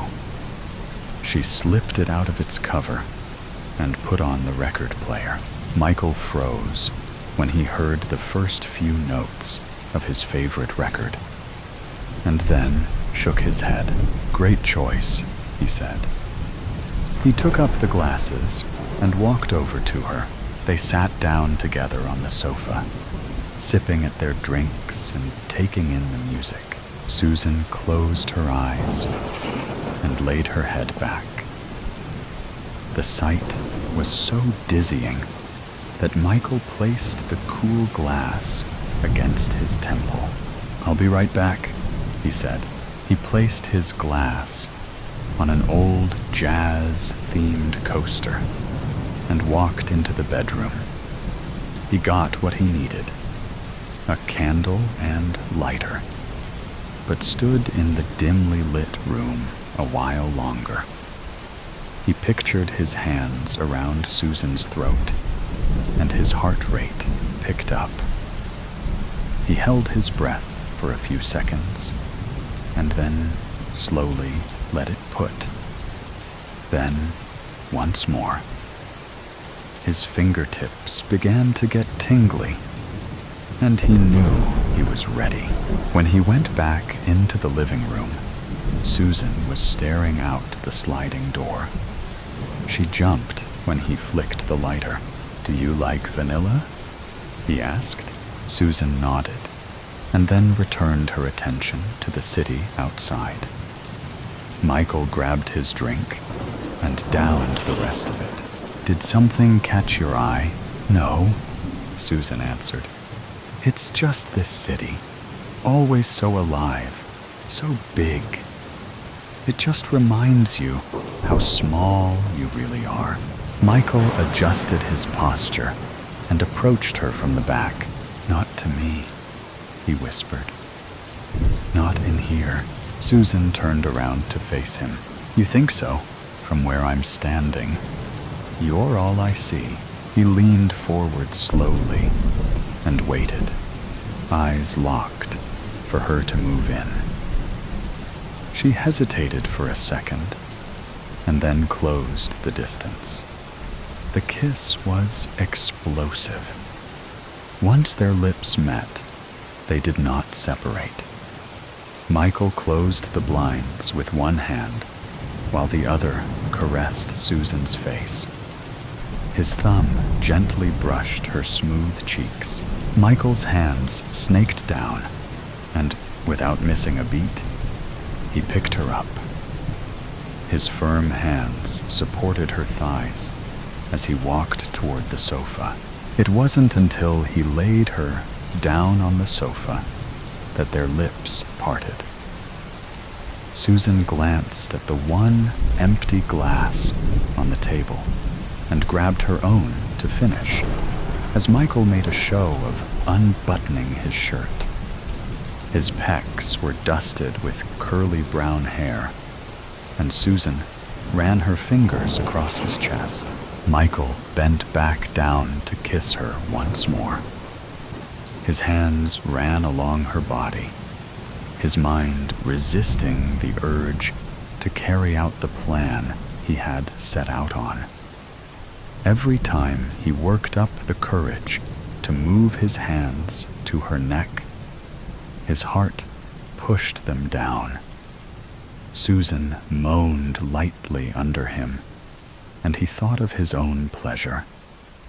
His heart rate picked up once more, and the tingling sensation returned to his fingers. As they kissed, he put his left hand around her throat and began to give it some pressure. Susan didn't react, either unaware of the sensation or unbothered by it.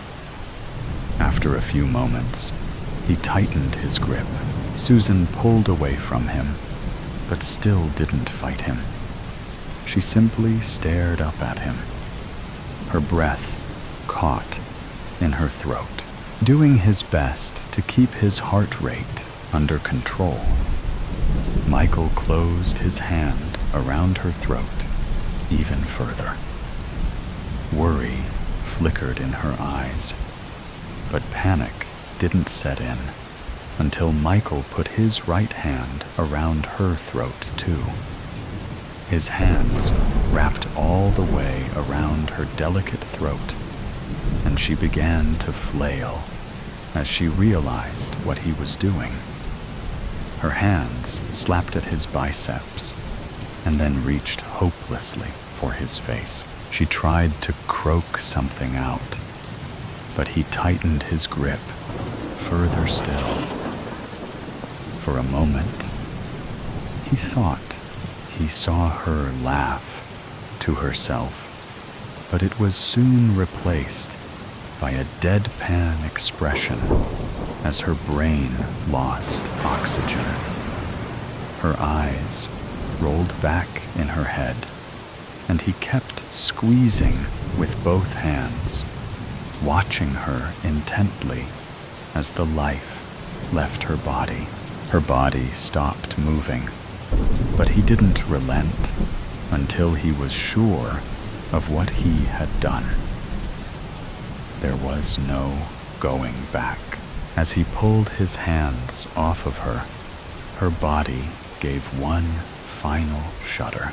Michael's breathing was heavy, and a thick layer of sweat coated his head. He stared at his hands. If not for the fact that he could see them attached to his body, he felt as if they were not his own. He started to stand up, to move to his room, to grab his camera, when he stumbled to the ground. Disoriented, he sat up on the ground. His foot had knocked over Susan's purse, and a small white bottle rolled out. His vision grew blurry as he reached for the bottle. Inside were the remnants of a fine, white crystalline powder. Michael rolled the bottle over until he saw the writing on the side in cute little letters. Aconite.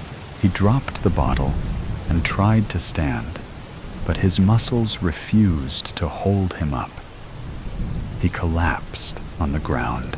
Michael's heart began to skip beats, and all he could do was lie on the carpeted floor and stare up at Susan's outstretched hand, lifeless.